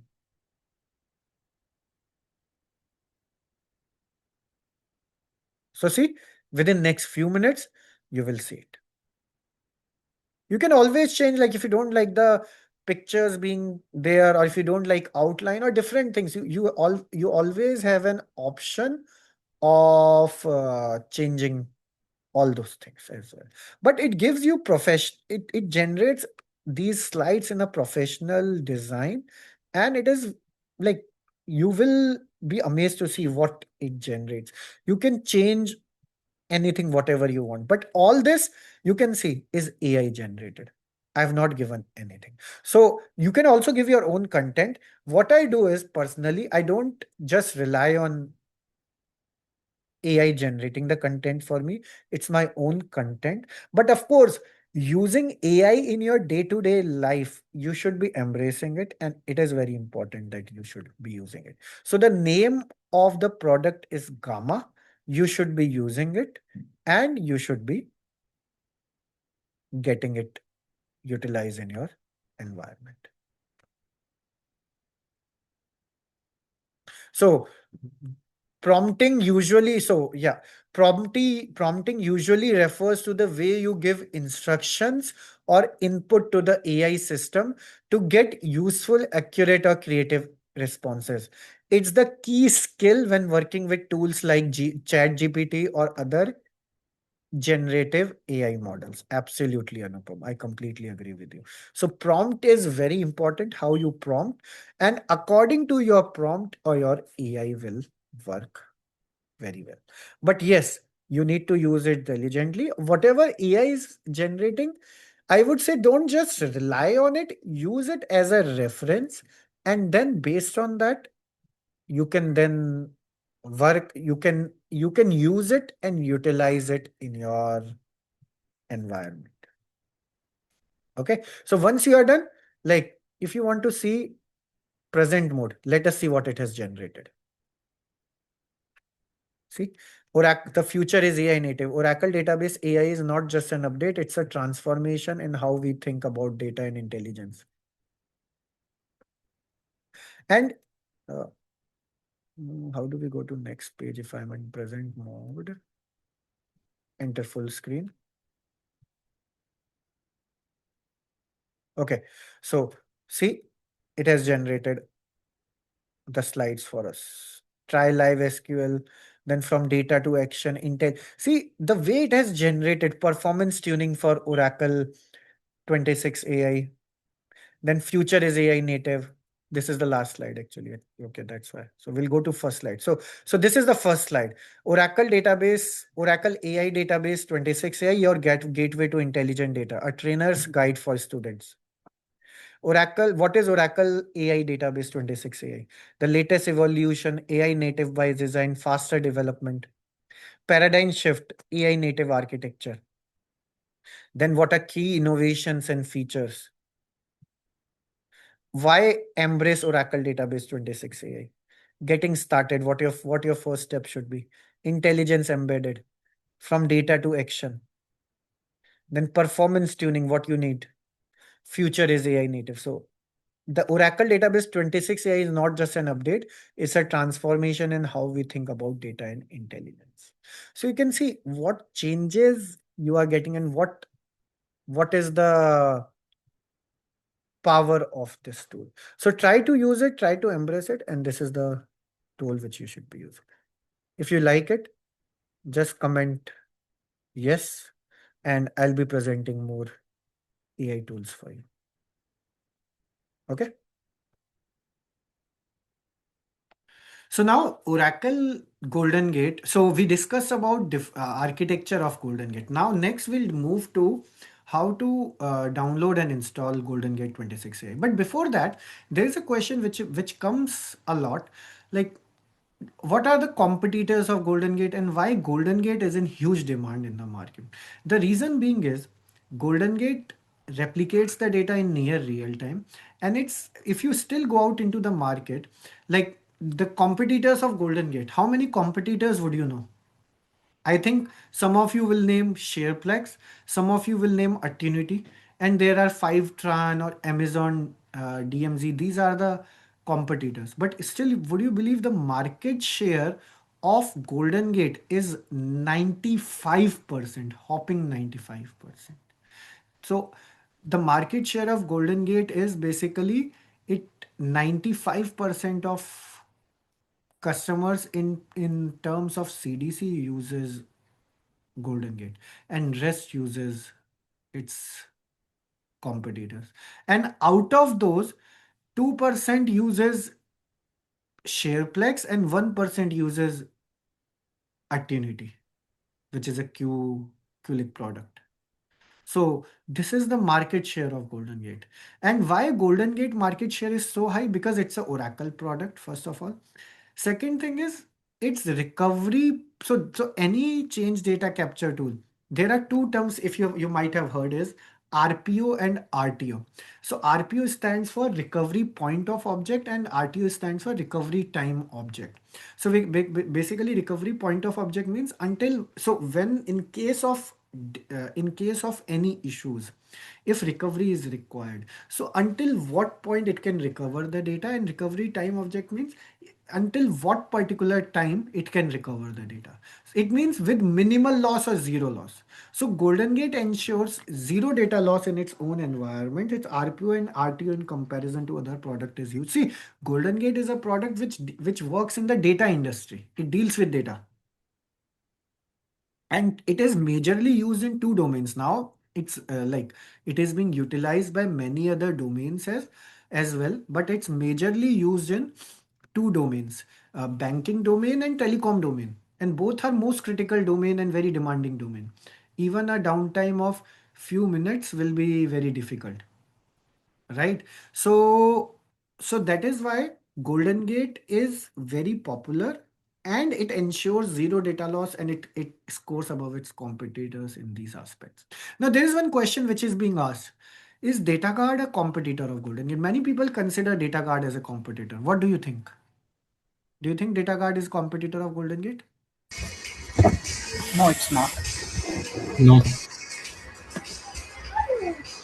Okay, so this is a main question. Many people, it's good, like people are mentioning no, absolutely correct. And that is absolutely correct. This answer is absolutely correct. DataGuard will not support DataGuard is heterogeneous environment. not a competitor of GoldenGate.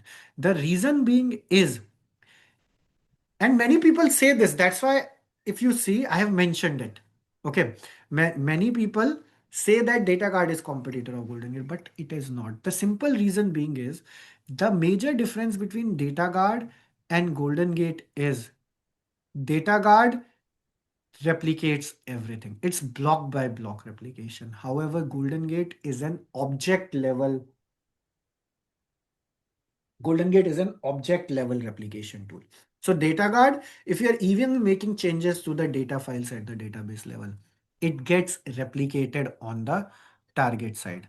However, in GoldenGate, you replicate, you can filter out the transaction, you can transform the data. So basically, GoldenGate is used for data filtration and transformation as well. So basically, you can filter out and transform the data as well as per your business requirement. So any business requirement you have, you can work according to that in your environment. Okay, so you can work in your environment as per your as per your requirement. You can sit, so there are different business requirements which comes, and GoldenGate along with Informatica is one of the most is the best business intelligence tool available in the market. Okay, so what GoldenGate does is it captures the data from source database and apply it to target database. So GoldenGate basically is a data guard is block by block replication. However, GoldenGate is object level replication tool. Okay, I have done a detailed video as well. And of course, another important thing is, I'll tell you, I give one major difference. GoldenGate is a highly expensive tool. It's a license tool. DataGuard is primarily a free tool. GoldenGate skill is very much in high demand. Like if you have GoldenGate in your resume, you will have like you will get at least double your current package, at least, but there is no limit afterwards. But with DataGuard being a DB, it is expected for you to have DataGuard knowledge. So you can see the difference in these as well. So I also have I did a webinar some time back as well, comparison between DataGuard and GoldenGate. You can go through this. It's available on my YouTube channel. So I'll paste the link as well. So you can go through this. Regardless of skills or experience. Okay. And if you have any questions, doubts, you can feel free to reach out to me. Okay, for people who have these. But and another important thing is GoldenGate also works with, as Karthik has mentioned, GoldenGate also works with heterogeneous. However, DataGuard is homogeneous. Okay, so it's a detailed video available on my YouTube channel. If you want to view and if you want to have any question, just let me know after the session. Okay, so now let us continue with installation of Oracle GoldenGate. Now the thing is Oracle GoldenGate 26ai, right? Now we are planning to now download and install Oracle GoldenGate 26ai. So first of all, the question, so say for example, you are hired into an environment wherein GoldenGate is not installed. You are the first one which you have to do. Okay. So upon completion of this training, your expectation is you will be getting a GoldenGate job.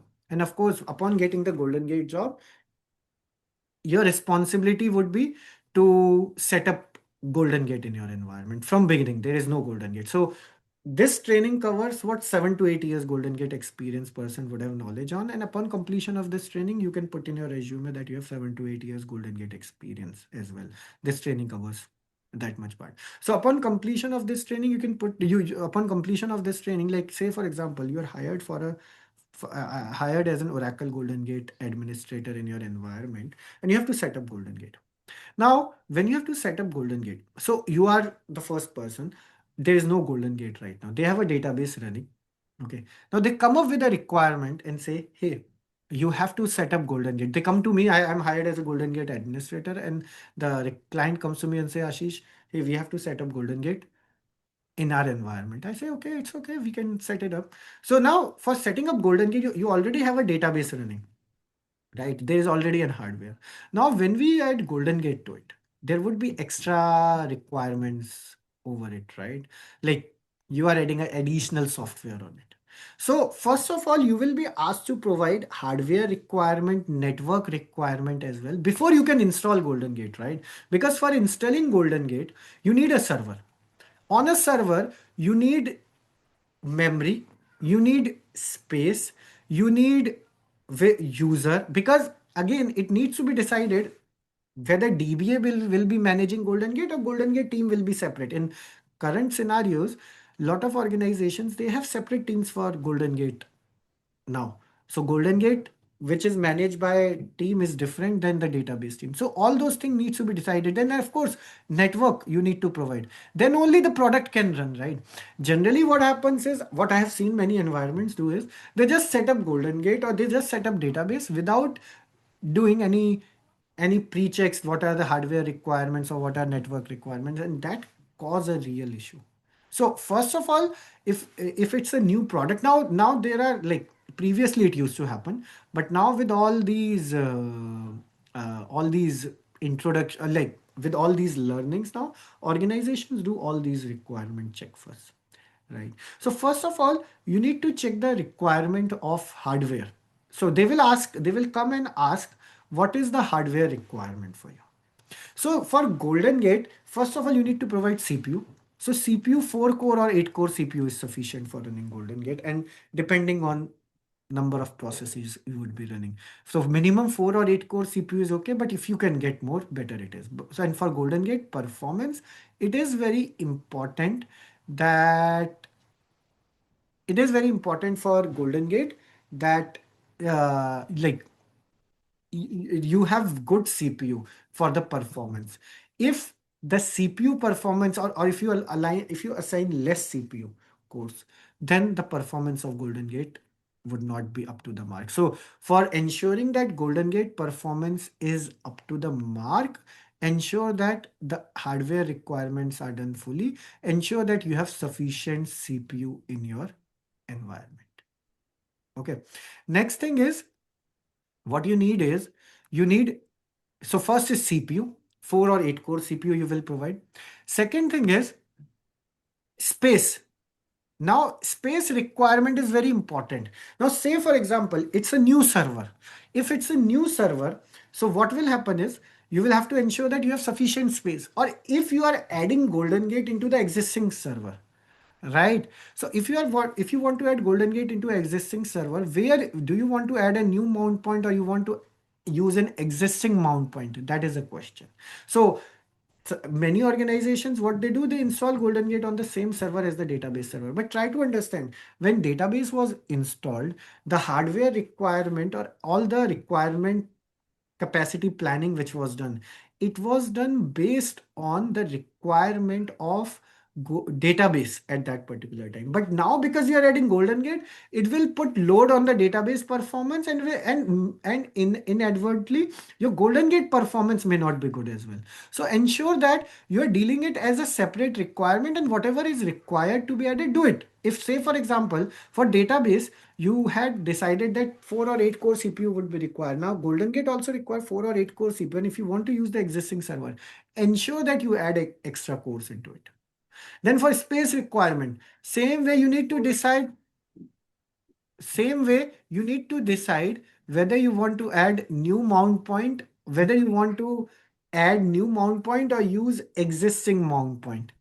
Okay, so if you want to add a new mount point like slash GoldenGate, then add it and assign the space. Or if you want to use any existing mount point like slash U01 or slash data, ensure that you add space into it. Okay, so these things you need to consider. Now, say for example, for the space, now the question comes, for the space, how do we calculate the space? And first of all, why do we need a space? Anyone has any idea? Why do we need space for GoldenGate? Because GoldenGate just captures the data and writes to the target database. So why do we really need space for GoldenGate? To store trail files. Right. To store So we see trail that files. there are trail files. So GoldenGate basically what it does is, it reads the data from source database and writes it to local trails. Same way remote trails are generated. So for storing the trail file, for storing the log files, absolutely correct, Prabhu. We need basically GoldenGate mount point to store those files, GoldenGate related files in the environment. Okay, so now the question comes, how do we calculate the space?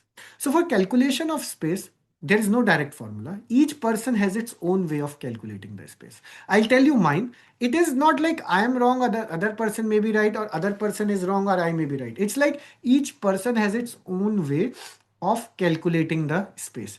And how do I calculate the space is, so what I do is I find out last 30 to 60 days day wise archive log generation. So it is very important to analyze the database. Then only we should be proceeding. So I analyze last 30 to 60 days archive log generation. Okay. So I take day wise. Okay. Once I get that information, so say for example, one day it was 20 GB, one day it was 1 GB, another day it was 100 GB, 100 MB, another day it was 100 GB. So I take day wise archive log generation and find out highest 7 days, highest archive log generation days. So say for example, one day highest is 20 GB, another day it is 100 GB, another day it is some other GB. So I take average of 7 days highest archive log generation. So out of those 60 days, I find out what was the highest archive log generation for 7 days, right? Highest. And then for those highest, I take average of those 7 days highest archive log generation. So say for example, the average came out to 25 GB. The average of 7 days highest archive log generation came out to be 25 GB. Now, if we need to save, I multiply it by the number for how many days we need to keep the trail files for. Just like your archive log files at the database level, right? You purge them after a certain amount of time, maybe 7 days, maybe 30 days, maybe 15 days. In the same way, these archive logs are required to be purged, otherwise they'll consume your mount point space. So we need to decide on for how long we need to keep the archive logs for. So generally we keep it for 7 days. It's not a exact rule, but generally we keep it for 7 days. Okay.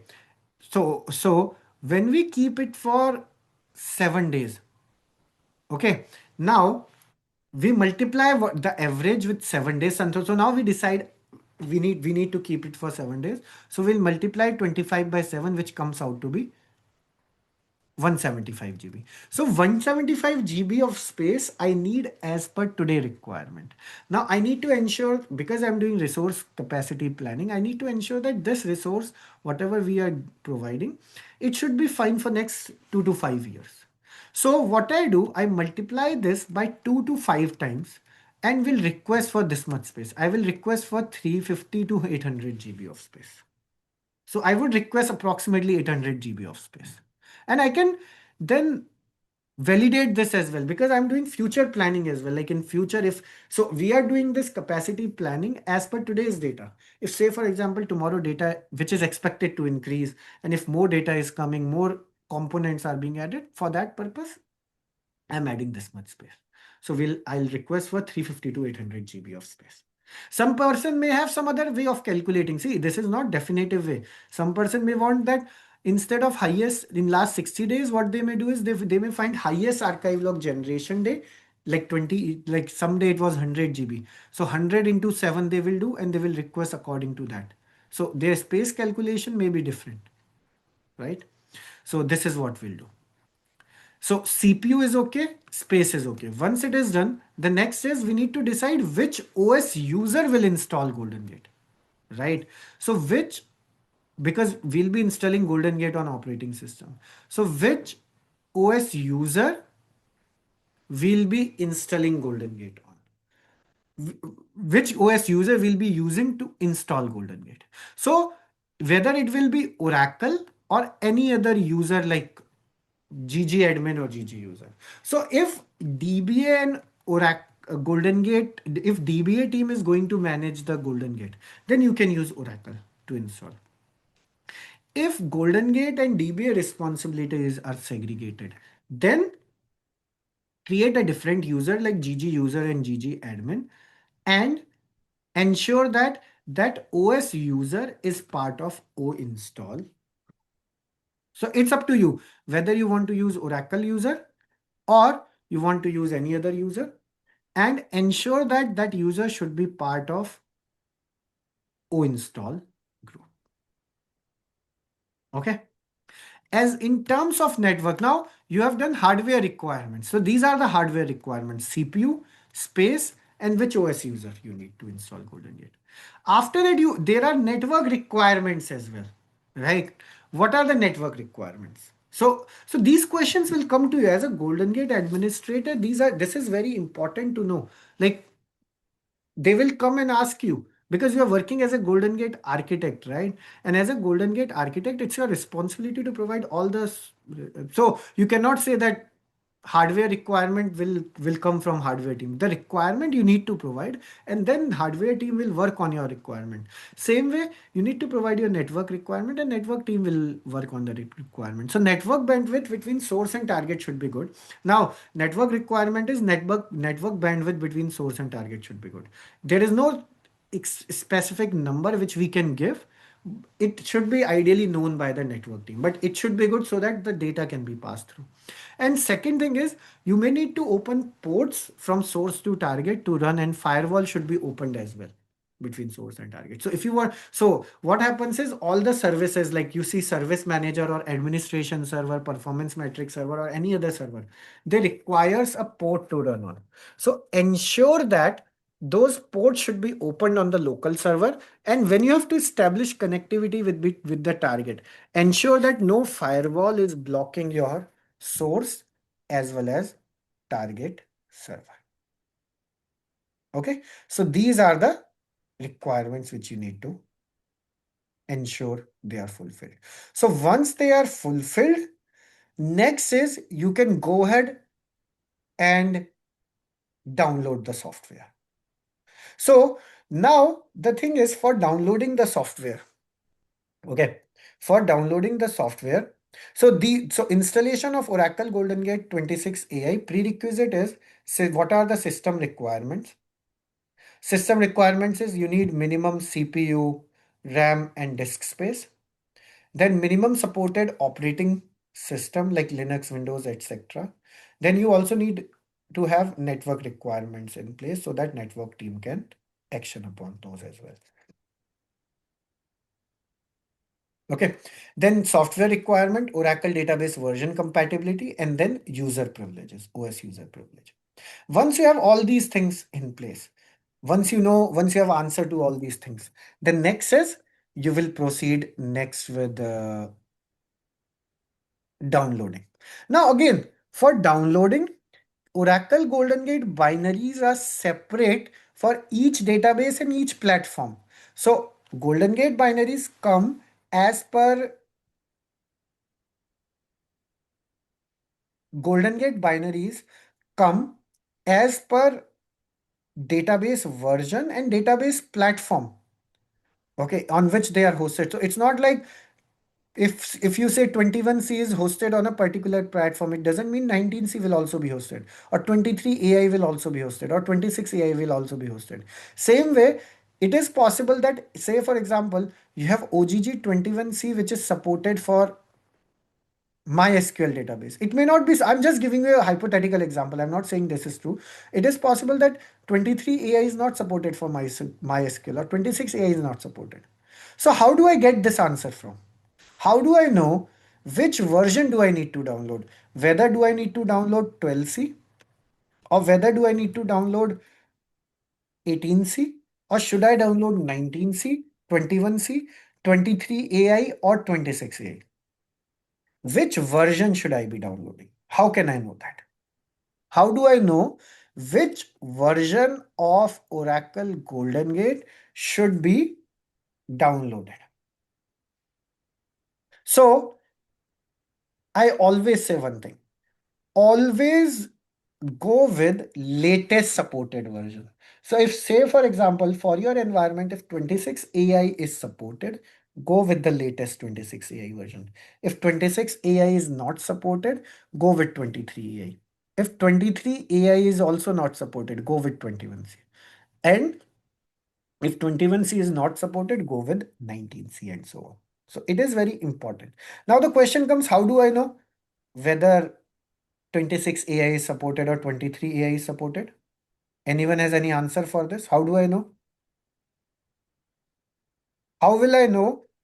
I have database. So these virtual boxes. So we also have training. So during the training, this is practical training. And during the training, we'll be using these virtual boxes, and these will be shared with you as well. Password of Oracle is Oracle and root is root. Now, my question is, how do we know whether the platform which we have here, will that be supported in our environment or not? Certification How do I know? matrix. Absolutely correct. So what you are Certification. required to do is you need to check the certification matrix. Guys, keep in mind, I'm not telling you only with perspective of GoldenGate. I'm telling you for any technology in this world, whether you are working on database, whether you're working on Informatica, whether you're working on any other technology. Okay. Each technology has a certification matrix. Check whether the product which you are going to use is certified with your version or not. How can you check? As I mentioned, each product has a certification matrix associated to it. So do ensure you are checking the certification matrix. And once you check the certification matrix, then you need to provide, or you need to download the binaries as per your requirement. And don't download the binaries just for this without checking the certification matrix. I'll give you one example of it. What happens if you don't check the certification matrix? I was working with a government client in Canada. So I was hired as a consultant. Okay. Now, not prior to me, along with me, there was another consultant who was hired. So we were working on two separate projects. He was working on another, I was hired for another project. What happened was, uh, he was working on AIX box. Okay. And the latest version at that moment, I'm talking about 3, 4, or 5 years back, or maybe more, 5 years back, it should be. At that moment, GoldenGate version was 19C. Okay. And the platform which we were using was AIX. Okay. Now, what he did is, without checking the certification matrix in the client machine, he just downloaded 19C software and started running it. But when he started running it, it gave the complaint that GGSCA wasn't loading. It was classic architecture. Okay. He spent almost 2 days. After that, he raised an SR with Oracle. SR said that this version is not certified with your AIX. So at that moment, 19C wasn't certified with AIX. So he came to know that AIX is not certified, hence he's unable to install. And that issue it did have so much visibility that it went to the director, because see, installation should not take this much time. So he was able to redo, like he downloaded older version and it worked. But try to understand, when we are working as a consultant, or when we are working for a project, you don't have to be, but you should try to be right first time. Because when you are right first time, it gives you good visibility, it gives you confidence, it gives you are able to build trust with your client as well, right? So what happened was, that particular consultant wasn't able, he lost his trust on the very first day, because it went to everyone, and he missed the basic thing. And because it was such a basic thing, they lost 3 days, and consultant was paid per day, right? So they had to pay him as per legal contract of Canada. They cannot deny, but they had to pay him for some time for no work and no issue of theirs. So this is what happens. Like, try always be right first time, and if you are right first time, it gives you better information. It gives you better. It gives you confidence. It gives you. It try to build good rapport with your customer is. And you won't believe, like, after the project was completed, it was 2 months project, and he was relieved from his work, because once once the initial part was done, there wasn't like much trust between the two. That's what I could notice. So my whole purpose is not to just to tell you with this information is, always try to be right first time. Trust me, it will help you. So how do we check? Now the question is, how do we check whether how do we check what version we need to download? So always go with the latest version. How do we check whether it is supported for our environment or not? Get the certification matrix. So what we'll do, we'll open the terminal. I can open it on Putty as well. This will work in Putty as well. So these virtual boxes will be shared with you as well. So I'll check what is the, so on this, on these virtual boxes, we have Oracle database, and let us check what platform we have. So the platform we have is Enterprise Linux 8. So first of all, you need to check whether 26ai, which we are planning to download, whether it is supported on Enterprise Linux 8 or not. Okay. And the database version which we have is 19c. I know that. It's 19c. Okay. So now we'll download the certification matrix. So how do we download certification matrix? So to download the certification matrix, go to Google and type Fusion Middleware Certification Matrix. Guys, I'll show you one more interesting AI tool in some time. Okay. Okay. And I'll also discuss during this training about prompting as well, what I have learned as per my experience. So we discussed about prompting. Anupam mentioned what is prompting. And like it came to my mind that I should also be because prompting is very important.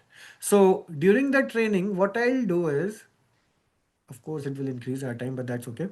What I'll do, I'll also discuss as my experience. I haven't done any prompt engineering training, or I haven't taken any session on like any AI.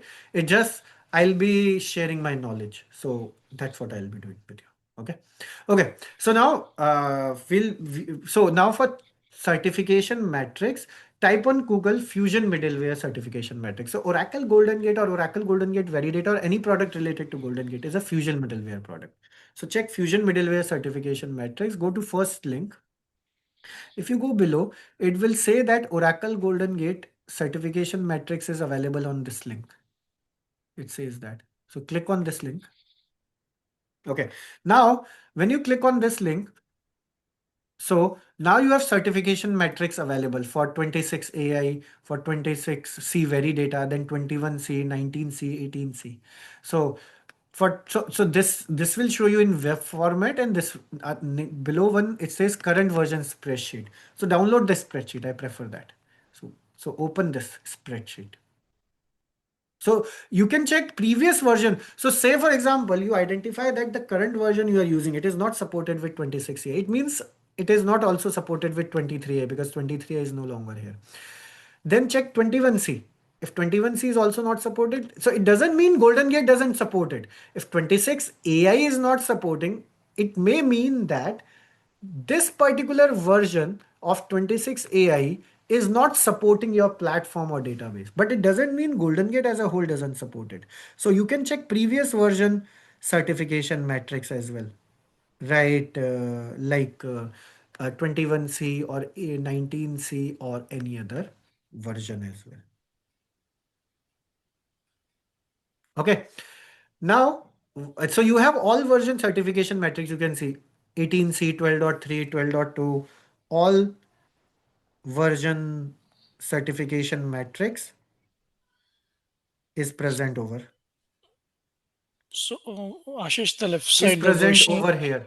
So what you need to do is you need to download the spreadsheet for 26ai. So click on it. It will be downloaded. Okay. So click on it. It will be downloaded. So, Ashish, the Now, the left side, the versions are seems the GoldenGate versions or the database version. these are gold. Okay, these are GoldenGate. So GoldenGate is a fusion middleware. So it says, see, 26ai, and this certification matrix, you see it's only related to GoldenGate. And on the right, it says 26ai and it shows it's Oracle GoldenGate 26ai. 26c, it's Oracle GoldenGate Veridata 26c. 21c, it's Oracle GoldenGate 21c. Then 19c, again, it's Oracle GoldenGate 19c. Okay. Then 18c, it is Oracle GoldenGate 18c. So this is what. Ashish, So this is GoldenGate only. Okay. Ashish, Okay. for So once we have downloaded 26, the spreadsheet, it will be downloaded. So click on open it. Okay. So now one question which people ask me is, and I hope you will never ask from anyone. Does GoldenGate supports MySQL database? Does GoldenGate supports SQL server database? Does GoldenGate supports Postgres database? The answer is you can find all this information from certification matrix. So go and check the certification matrix. See, the whole purpose of this training is to make you self-sufficient, independent.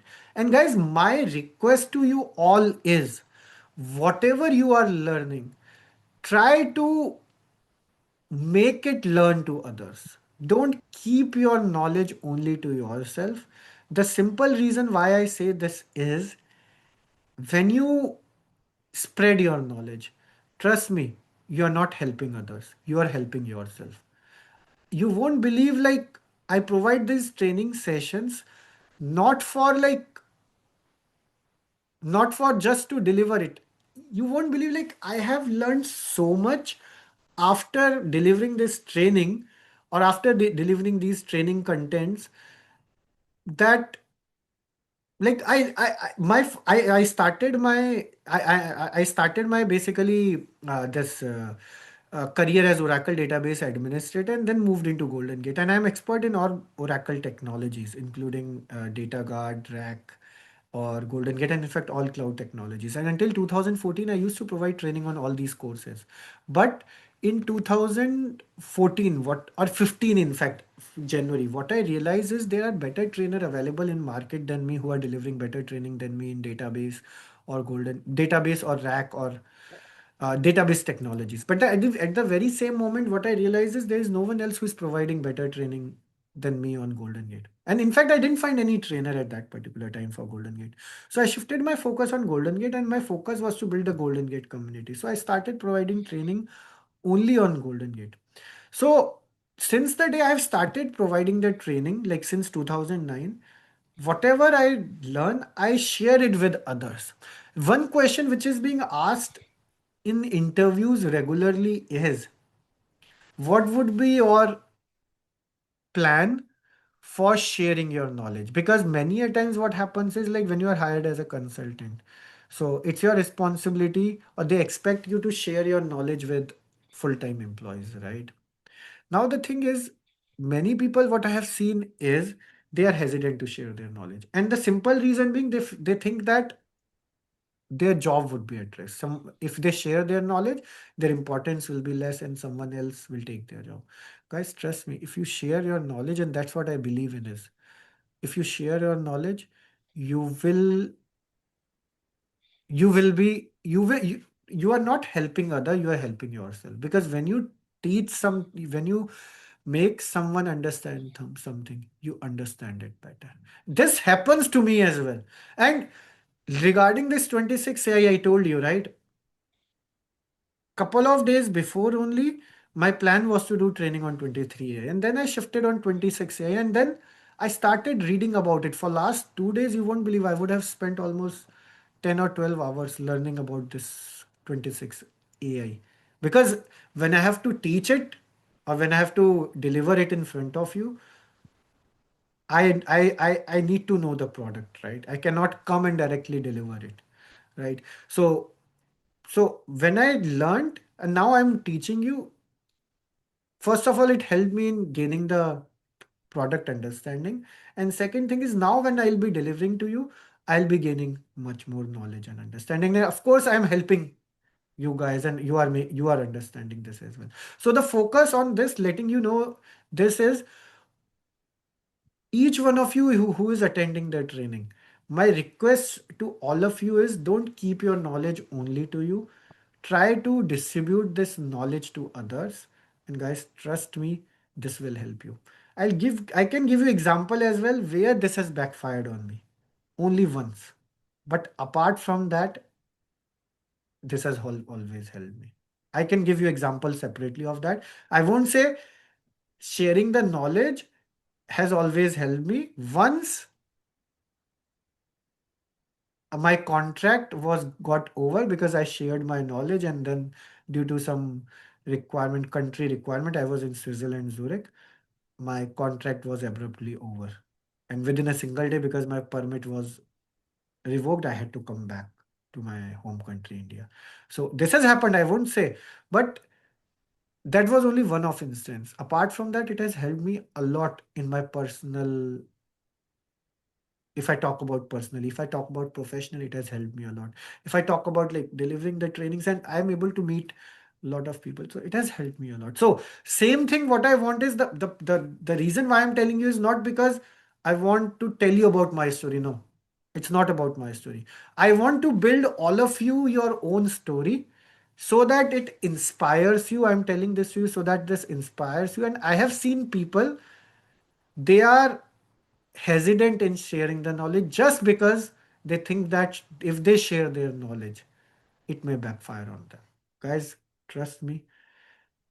There may be some instances, but those are one of cases. Like it's something like when we are on the road, when we are driving car, it is possible accident may happen, right? But it doesn't mean we'll stop driving car. Or if I'm going to on road, tickets may be issued to me. Like in India, we call them challan, right? But it's not like I'll stop driving, right? I'll still drive. So same thing. If you are sharing your knowledge, you should be sharing your knowledge. And that's a period. And that's what I want all of you to do that. And guys, follow this for next, I would say 2, 3, 4 years. See a change in yourself. Okay. Okay. So let us focus back on our training. So now, okay, we have opened the certification matrix. So I'll open the certification matrix of GoldenGate here. Okay. Now, the thing is, this will tell you this particular when you open the certification matrix now.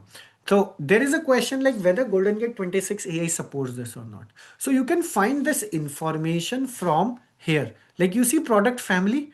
So if you click on this, you will find that GoldenGate 26ai supports these databases. Okay, it supports timestamp, it supports Teradata, Sybase, Postgres, Oracle, MySQL, HP nonstop databases, DB2. It doesn't mean that it doesn't support other databases. It just means maybe previous version may be supporting these. So you need to check previous version certification matrix. Same way, platform, which platform does it support? You can see processor type. Check here. No, there is. So this is the processor type. And if you go on right, there is OS version. So 26ai supports RHEL 9 or OEL, RHEL 8 or 9 or OEL 8 or 9. What is this L06 or J06? I'm not sure. I'm not sure. Is it, let me see, something on cloud or something? It is on HP nonstop databases. Okay. So HP nonstop database, I've not worked on HP nonstop databases to be honest. Okay. So it supports Nscribe. Okay. So basically, just to give you a brief introduction, this is an Mscribe database due to which GoldenGate was originated. So initially, when GoldenGate was not Oracle GoldenGate, when it was only GoldenGate, it only supported one database, and that was Nscribe database. Okay. Now, Oracle support has been extended to a lot of other databases. Okay. So now you see, you have these databases. So it supports these many databases, and platform wise as well. It supports. Okay. So in our case, we have Oracle database. So we'll now check the certification metrics. So what I'll do, first of all, I'll filter out Ashish, one more question. Oracle database. So product family is this. So I'll deselect all. I'll select only Oracle database because so you have to note down basically, you have to note down to check the certification metrics. You have to note down what is the source database type, what is the source database version, what is the source platform. In the same way, what is the target database type, target database version, and target platform. So in our case, we have source database type as Oracle, source database version is 19c, and source platform is Enterprise Linux. In the same way, the target also has Oracle, version is 19c, and platform is Enterprise Linux 8. So we have during the training, it is completely practical training. So during the training, we will have two virtual boxes. One is GGate 18, okay, which comes with Oracle Database 19c software installed, and GoldenGate binaries are there. Right now I have 23ai. As I told you, I decided 26ai day before yesterday only. So I'll be transferring 26ai to you as well, or you can download it and transfer it. Okay. So I'll be doing that. And second thing is it comes with Enterprise Linux, uname -a if I do, it comes with Enterprise Linux 8. So GoldenGate database creation is already done. For GoldenGate binaries would be present. However, installation you will have to do. Installation will be done by you. Okay.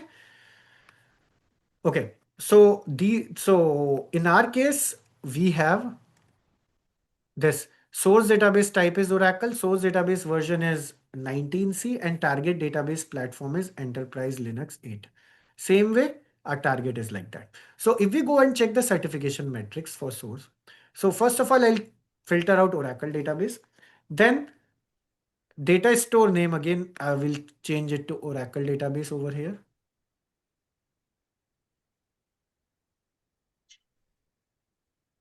Okay.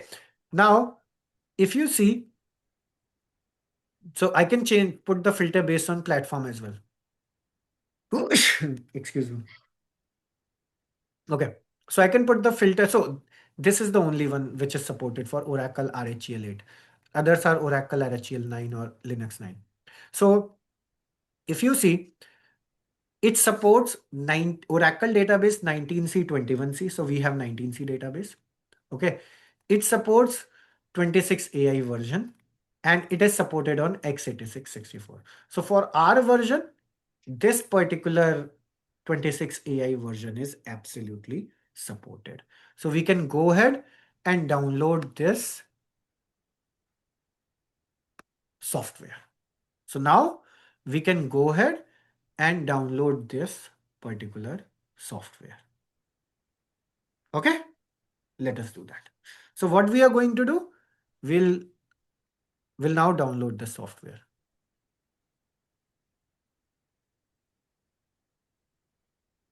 So how do we download the software? Now the question comes, how can I go ahead and download the software? So to download the software, what you need to do is you need to basically go to edelivery.oracle.com or go to OTN to download the software. Yeah. So GoldenGate binaries are different for each version and platform. Okay. So if I go to Google, go to download GoldenGate 26ai. Okay. It will take you to OTN.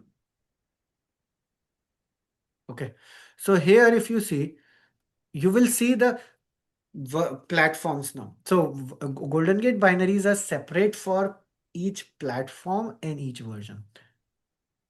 So we are going to see now the binaries for Oracle GoldenGate 26ai. So Oracle GoldenGate 26ai is the latest version which has been introduced in February 2026. And we have also introduced uh, GoldenGate 26ai training. So the training which we are going to conduct would be on Oracle GoldenGate 26ai. So Oracle GoldenGate 26ai software is now available on OTN, and we are going to download that software. So if you go to OTN, you will see Oracle GoldenGate 26ai version, and the version is named like 23.26. So version is 23.26, but it is called as Oracle GoldenGate 26ai. So if you want to go ahead and download or try GoldenGate 26ai, you need to download Oracle GoldenGate version 23.26, which basically is Oracle GoldenGate 26ai. So if you want to download, just click on this. So you need to now, so GoldenGate binaries are separate, just like in previous versions. Oracle GoldenGate binaries are different for different platforms and different databases. So before we proceed, Oracle 26ai has now shifted completely to microservices. So it is completely now microservices based architecture now. Okay. Now Oracle Ashish, GoldenGate one quick 26ai, question. it is so based on the platform and database you need to download. So our virtual boxes which we are going to use, we have Oracle database and it is on Linux. So we are going to download this binary. Suppose if your Oracle is on Windows, you need to download this binary. If your GoldenGate is on DB2, so if your database is DB2, then you need to download this particular binary. So same way, if your GoldenGate, this is GoldenGate 26ai on Windows for SQL Server. So binaries are different for platform and database. So download the binary properly. Once you download, click on it. On the next screen, it will ask you. So it will now take you to edelivery.oracle.com directly. Okay. That is a major change. Prior to that, it didn't used to happen. But now OTN directly takes you to e-delivery. See, it directly taking you to e-delivery. So over there, now you need to select the platform Linux. Okay. You need to select the version, what version you need to download. So if you deselect everything, just download 23.26 for this one, right?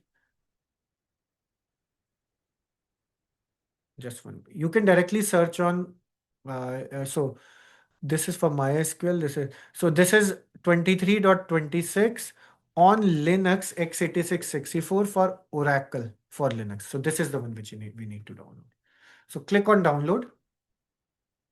You must accept. Where are the license terms? Yeah. On top. So click on download. So once you click on download, it will ask you, see, it has download. So the download is happening over here.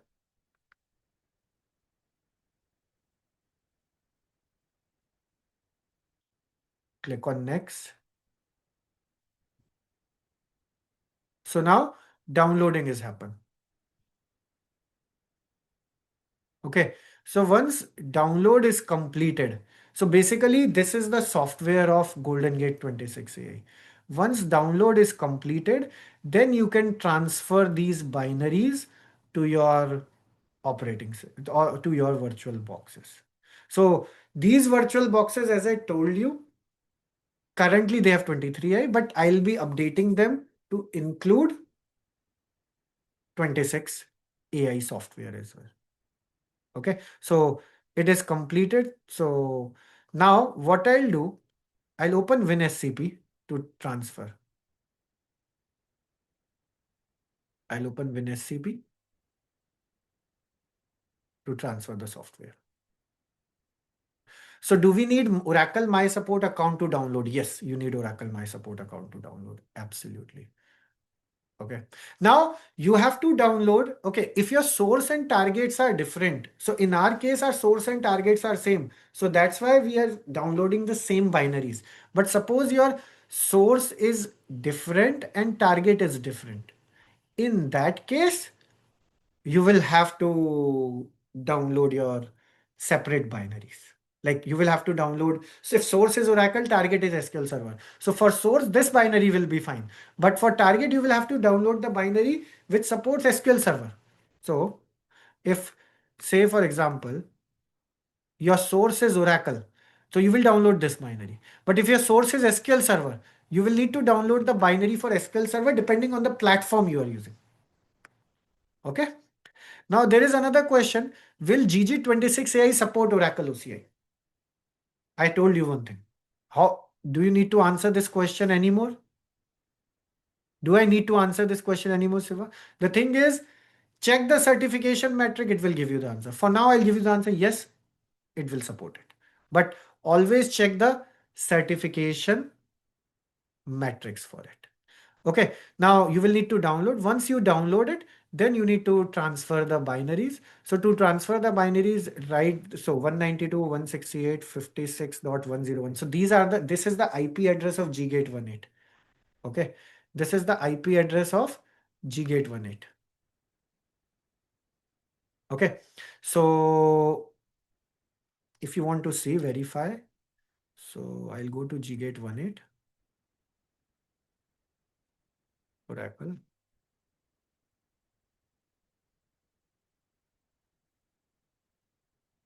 Oracle user password is Oracle on these VMs. Okay, do IF config. So the password is 192.168.56.101. And then in the same way, GGate 28 password is ending in 102. So you can always use putty from the local machine. You can do the transfer. This is how it works. It works without any issues.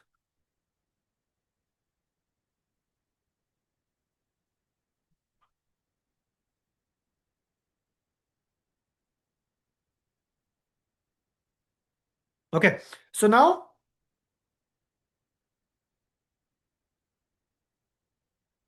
what we'll do is, okay, so now we'll transfer the binaries. So to transfer the binaries, Oracle. So I'll be sharing with you these virtual boxes. Don't worry, with 26ai software. Okay. Right now, as I told you, the binaries are already shared, but they still have only 23ai binaries. But I'll be sharing that with you. So the binaries are installed over V.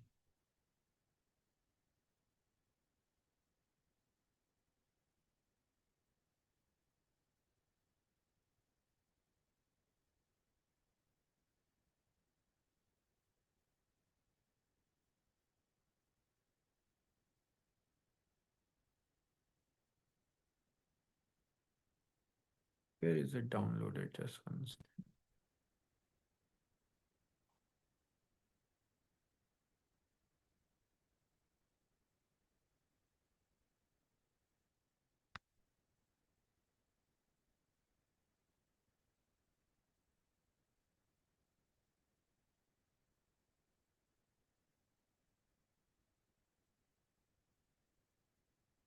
So what we'll do is,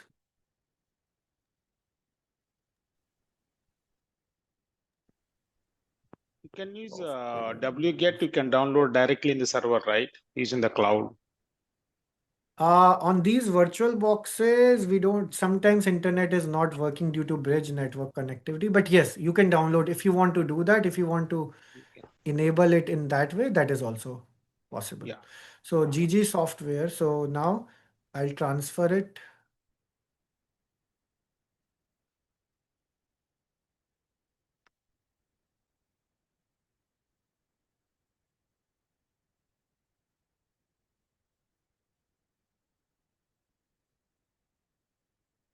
Slash software underscore GG26.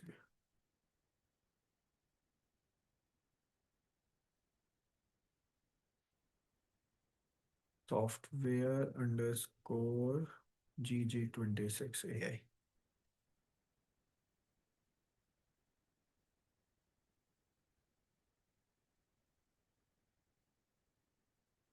Okay.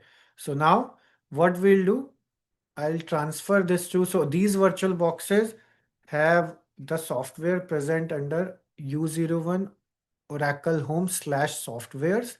Here so already we have these virtual boxes, already have these software, GoldenGate 23i, OGG Classic 19C, 21C. So I'll create one more folder. How do I create folder here?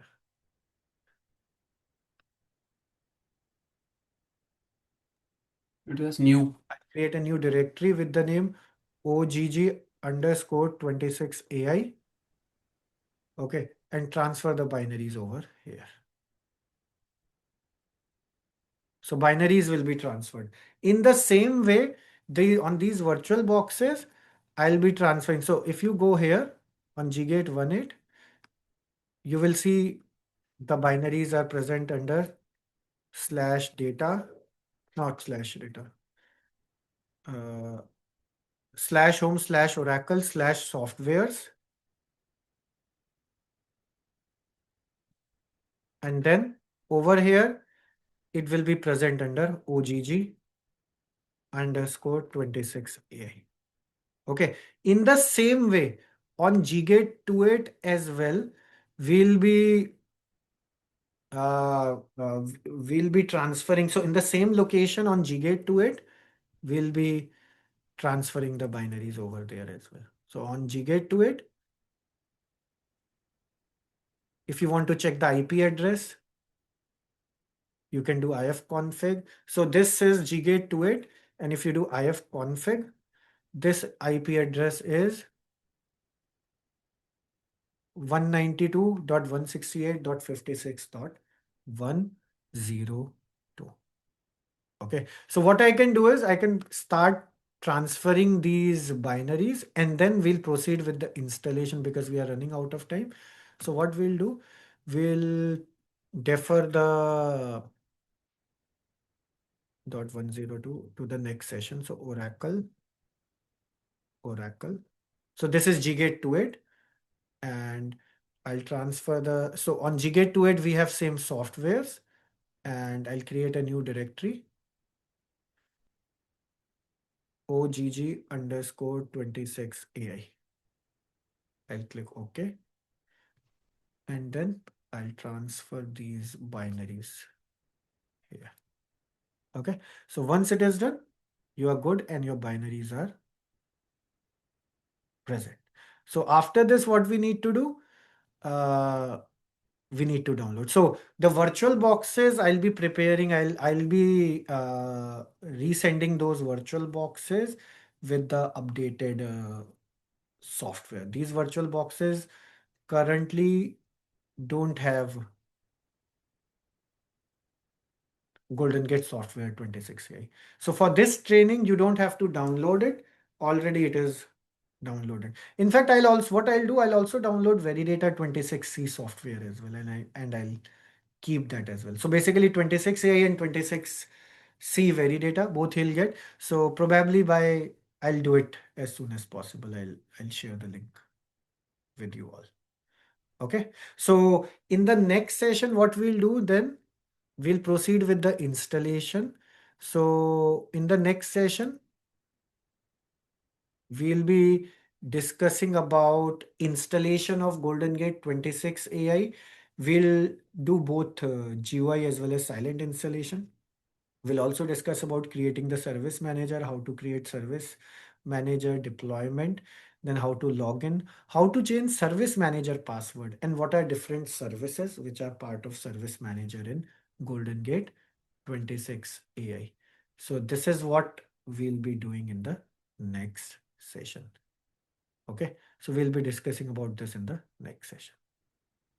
So if I have to quickly recap what we discussed in today's session is, we discussed about Oracle GoldenGate 26ai and evolution of Oracle GoldenGate. So initially GoldenGate was only classic architecture, and then microservices architecture was introduced in 2017. Now you have two types of architectures. One is classic and second is microservices. However, from 23ai onwards, classic architecture has been deprecated and it's only microservices architecture. Different components of GoldenGate classic microservices architecture are service manager, administration server, distribution server, receiver server, and performance metric server. Data pump process of classic architecture has been replaced with distribution server in microservices. Then collector process of classic architecture has been replaced with receiver server in microservices architecture. We also discuss about 26ai and 21c. Basically, AI integration is not there in 21c. However, 26ai has AI powered automation. Cloud support is there in 26ai. Then security is enhanced in 26ai in comparison to previous version. Then performance tuning is AI driven tuning. Okay. And then database support is it also supports Oracle 26 AI, supports Oracle 26 AI as well as autonomous databases as well. So we also discuss about how to download. We had like architectural overview and how the process flow happens. So process flow in GoldenGate is extract process extracts the data, writes to local trail. Distribution server sends the data over TCP IP network to the receiver server. Receiver server receives the data and writes it to the trail files on target, and then replicat process reads trail file and applies data to the target database. Then we discuss about what are the installation requirement. Now that is very important, guys. This you should be following, like what are the CPU requirements, what are hardware requirements, what are network requirements, and then you need to ensure where you are installing. This is really very important. Storage requirements and planning, like these are really very important before we proceed to install. And then in the next session, we'll be proceeding with installation of Oracle GoldenGate. Okay.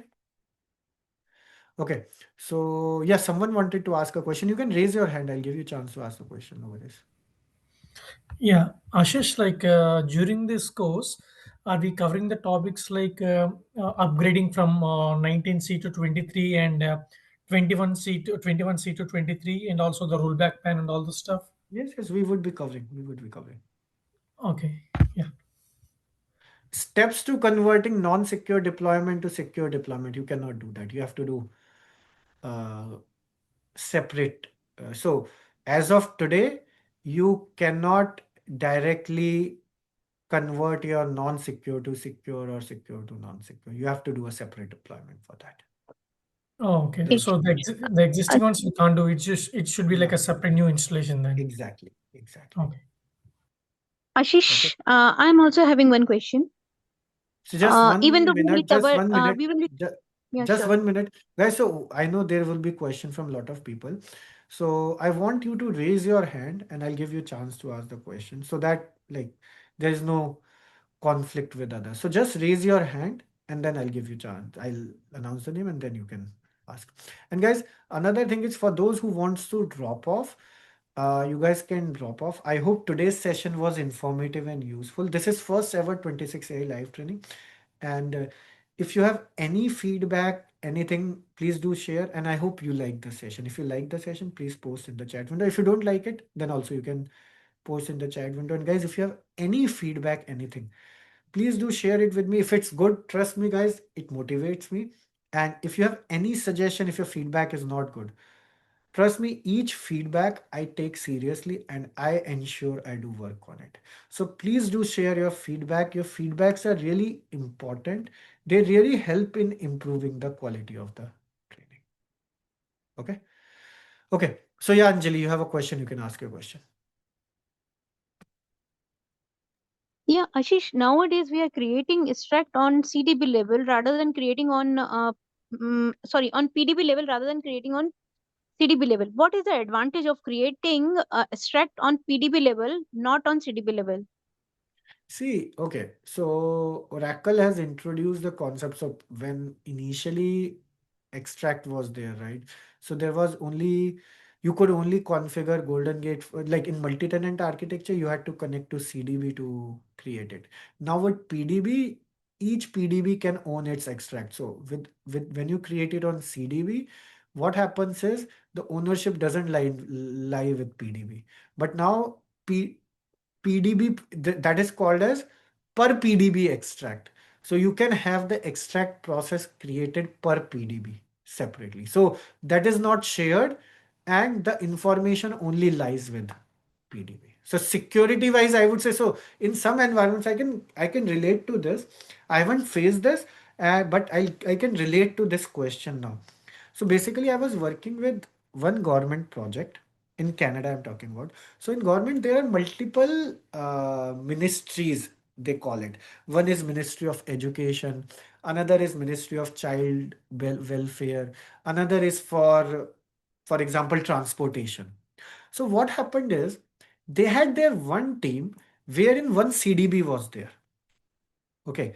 Now CDB, under CDB, they had multiple PDB. So one PDB was assigned to or was used by Ministry of Transportation. Another PDB was used by Ministry of Education. Another PDB was used by Minister of Child and Welfare. So these were three different ministries and they were not connected, though they fall under the root ministry, but they were under three different, they were three individual ministries, and they people don't know each other, but still they had to be dependent for, because CDB is main, and if anything is required to be done, and say for example if database has to be restarted, everything, so CDB, everything was dependent on CDB. Now the thing is, each database, so if I was creating the extract on Ministry of Transportation, I was working for Ministry of Transportation.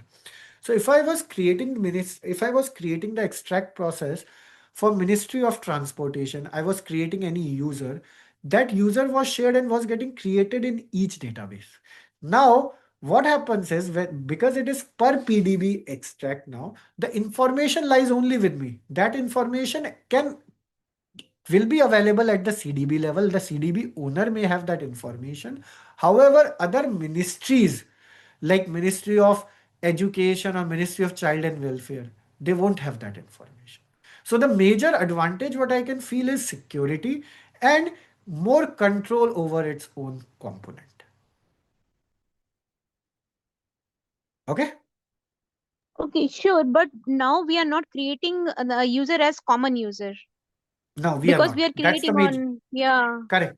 So that is the whole thing. And what about archive? How we will recover it in case of any archive recovery is there? Because RMN backup will be run on CDB level, right? Correct, correct. So that whole, see, the changes are done. So what you are talking about now is something perspective to database. So there is no database change. The changes has been done only at the GoldenGate level. Yeah. Yeah. Yeah, Ashish.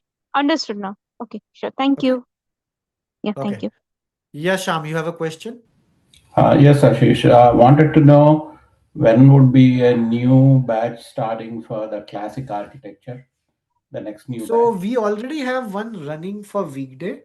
Now we would be scheduling classic architecture subsequently. We don't have date, but I haven't, because see, I schedule batches like as one batch finishes, after that a new batch is finalized or scheduled.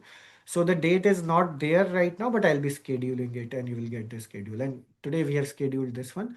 So for weekday schedule or weekend schedule, it will come soon. I don't have any date as of now, but I'll be scheduling it soon. Okay. All right. Thank you. Okay, you'll get to know.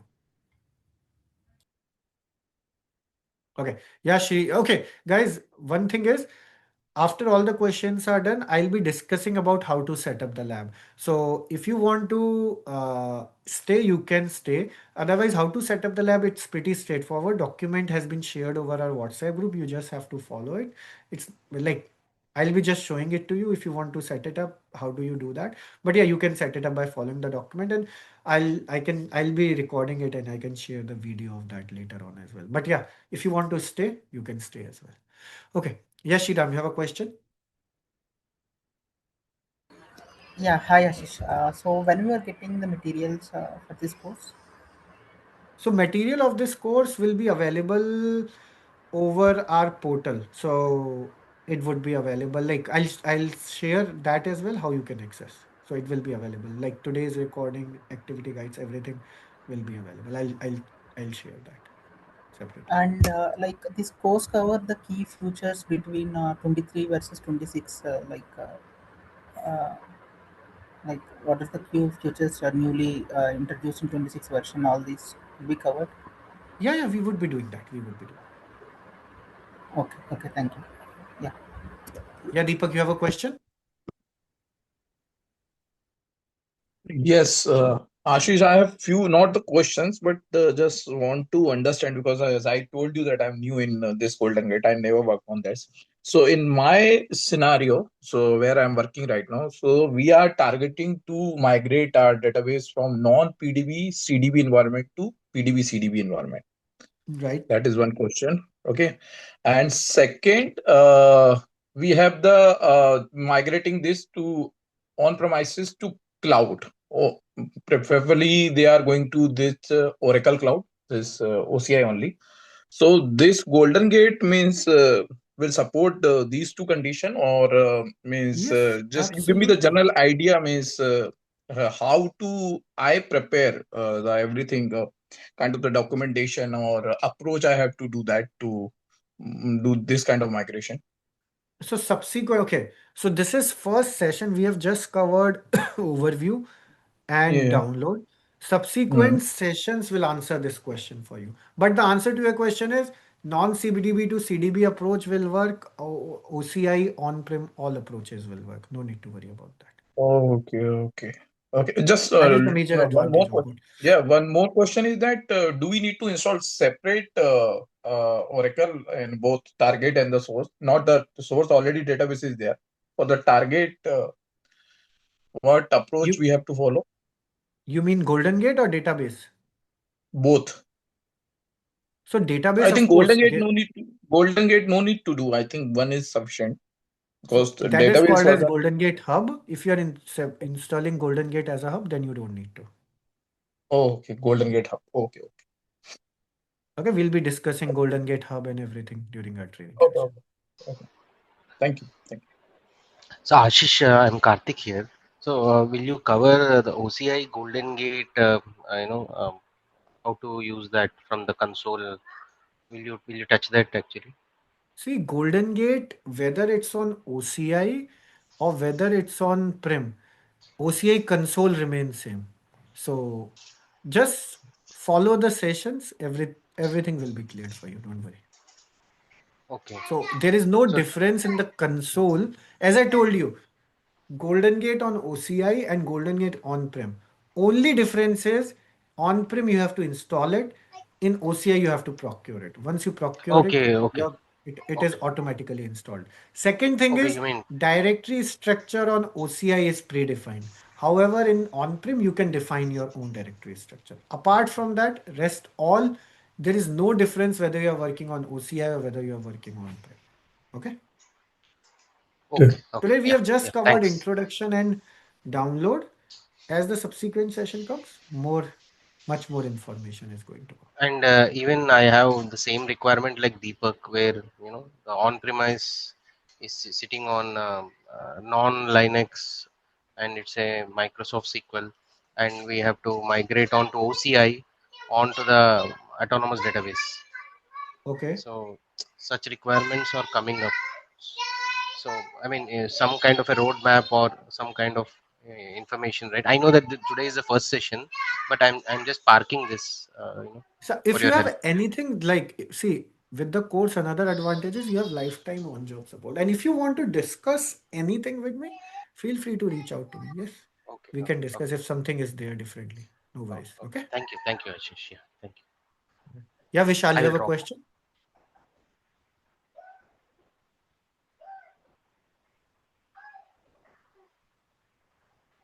Hello. Yeah, Vishal. Yeah. So actually, my question is, I never worked on Golden Gate. So actually, I want to just upgrading the skills. So that's why I'm interested for Golden Gate. But I'm little bit confused about where to start. Like 19C classic architecture or 23 or 26 AI. Which course we need to go? Like directly jump into 26 AI Golden Gate or how? Because currently I'm just Okay. a Oracle degree. Okay. So many people may have this question. So just to answer that. So Golden Gate has two types of architectures, classic and microservices. So classic architecture was there since beginning of Golden Gate. and it is the most used software right now in terms of GoldenGate. But future of GoldenGate is microservices, and these are two different products. Okay. Now, when you are new to GoldenGate, so it is recommended, like you can start with anything like classic microservices, but start with one of these. Either start with classic architecture or either start with microservices. Anything is okay, because the courses which I provide, so generally what happens is, like if you go with Oracle University recommendation and content, what happens is their course, microservices course, is extension of 23 extension of classic architecture. So basically their 23 AI is approximately 11 hours duration course, and they don't cover complete GoldenGate. So what they expect is, it is expected to know, have classic architecture knowledge. However, initially I'll tell you, when I started, I think I told this at the starting as well. When I started with 23 AI and when I used to do MSA 21C, it was only 12 hours or 14 hours duration course. And it was expected that you have classic architecture knowledge.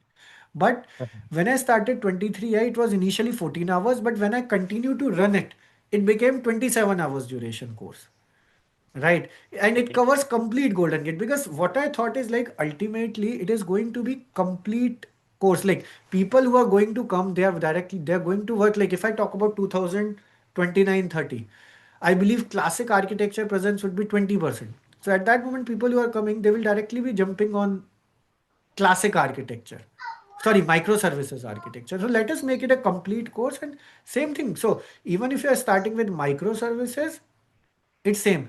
I can relate it to you, relate this. Like when you started working on computers, did you learn DOS, command prompt? No.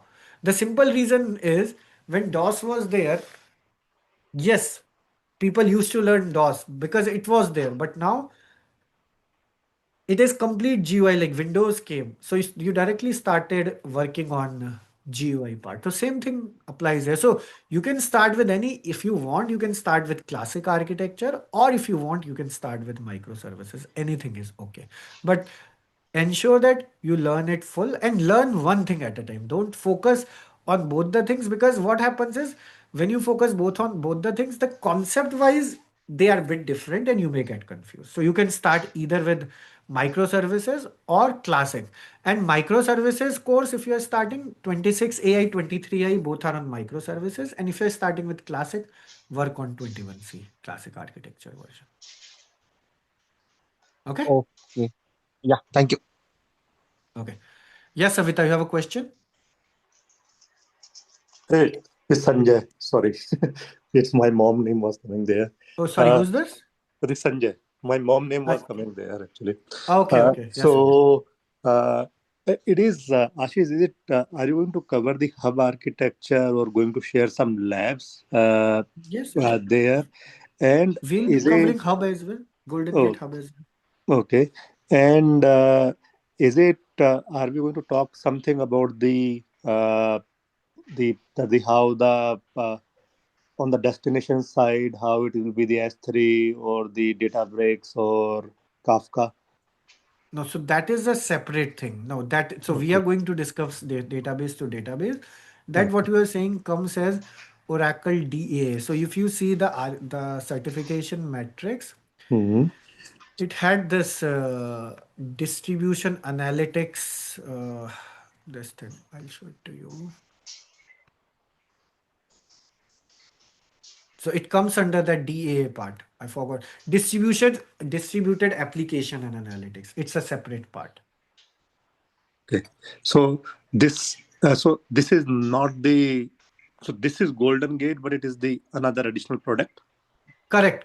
It is a separately licensed product. So So it is called as Oracle GoldenGate for distributed applications and analytics. oh, okay. So these if the source is going to be the Oracle and the source is going to be the autonomous database and the destination is going to be the Databricks, then we are going to recommend this product, the Oracle Correct. Distributed Analytics. And it Correct. is You going have to to work install. into the, is it going to work into the same way as this Golden Gate, or it's completely different? See, concept wise, it's same. You have Okay. a replicat process where you'll be replicating. So concept wise, it's same. Okay. Got it. Thanks. Good Okay. understanding. Thank you. Yeah, Charan, you have a question? Yeah, hi Ashish. I just wanted to know, whenever we are using Golden Gate for new and live databases, right? There will be some unsupported data types, right? And also there will be unsupported tables or objects, right? And also there is a concept of Oracle profiling scripts. So hope you will be covering in the upcoming session, right? How to set up this Golden Gate on a new and live databases, and also when we Yes, are yes. setting up the That things is for what the zero day. whole training is about. Yeah, we would be covering. Don't worry. Okay, This okay, training okay. covers like much more than what we are discussing. It will cover a lot more things. Don't worry.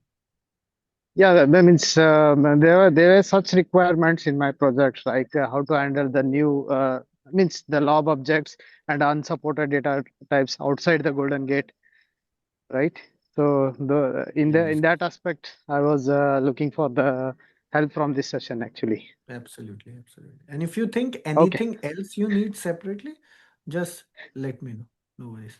We'll be doing that. Okay. Yeah, yeah. Sure, Ashish. Thank you. Thank you. Yeah, Venkat, you have a question? Yeah, Ashish, I'm an old student, but always anytime I hear your sessions, right, I feel very motivated.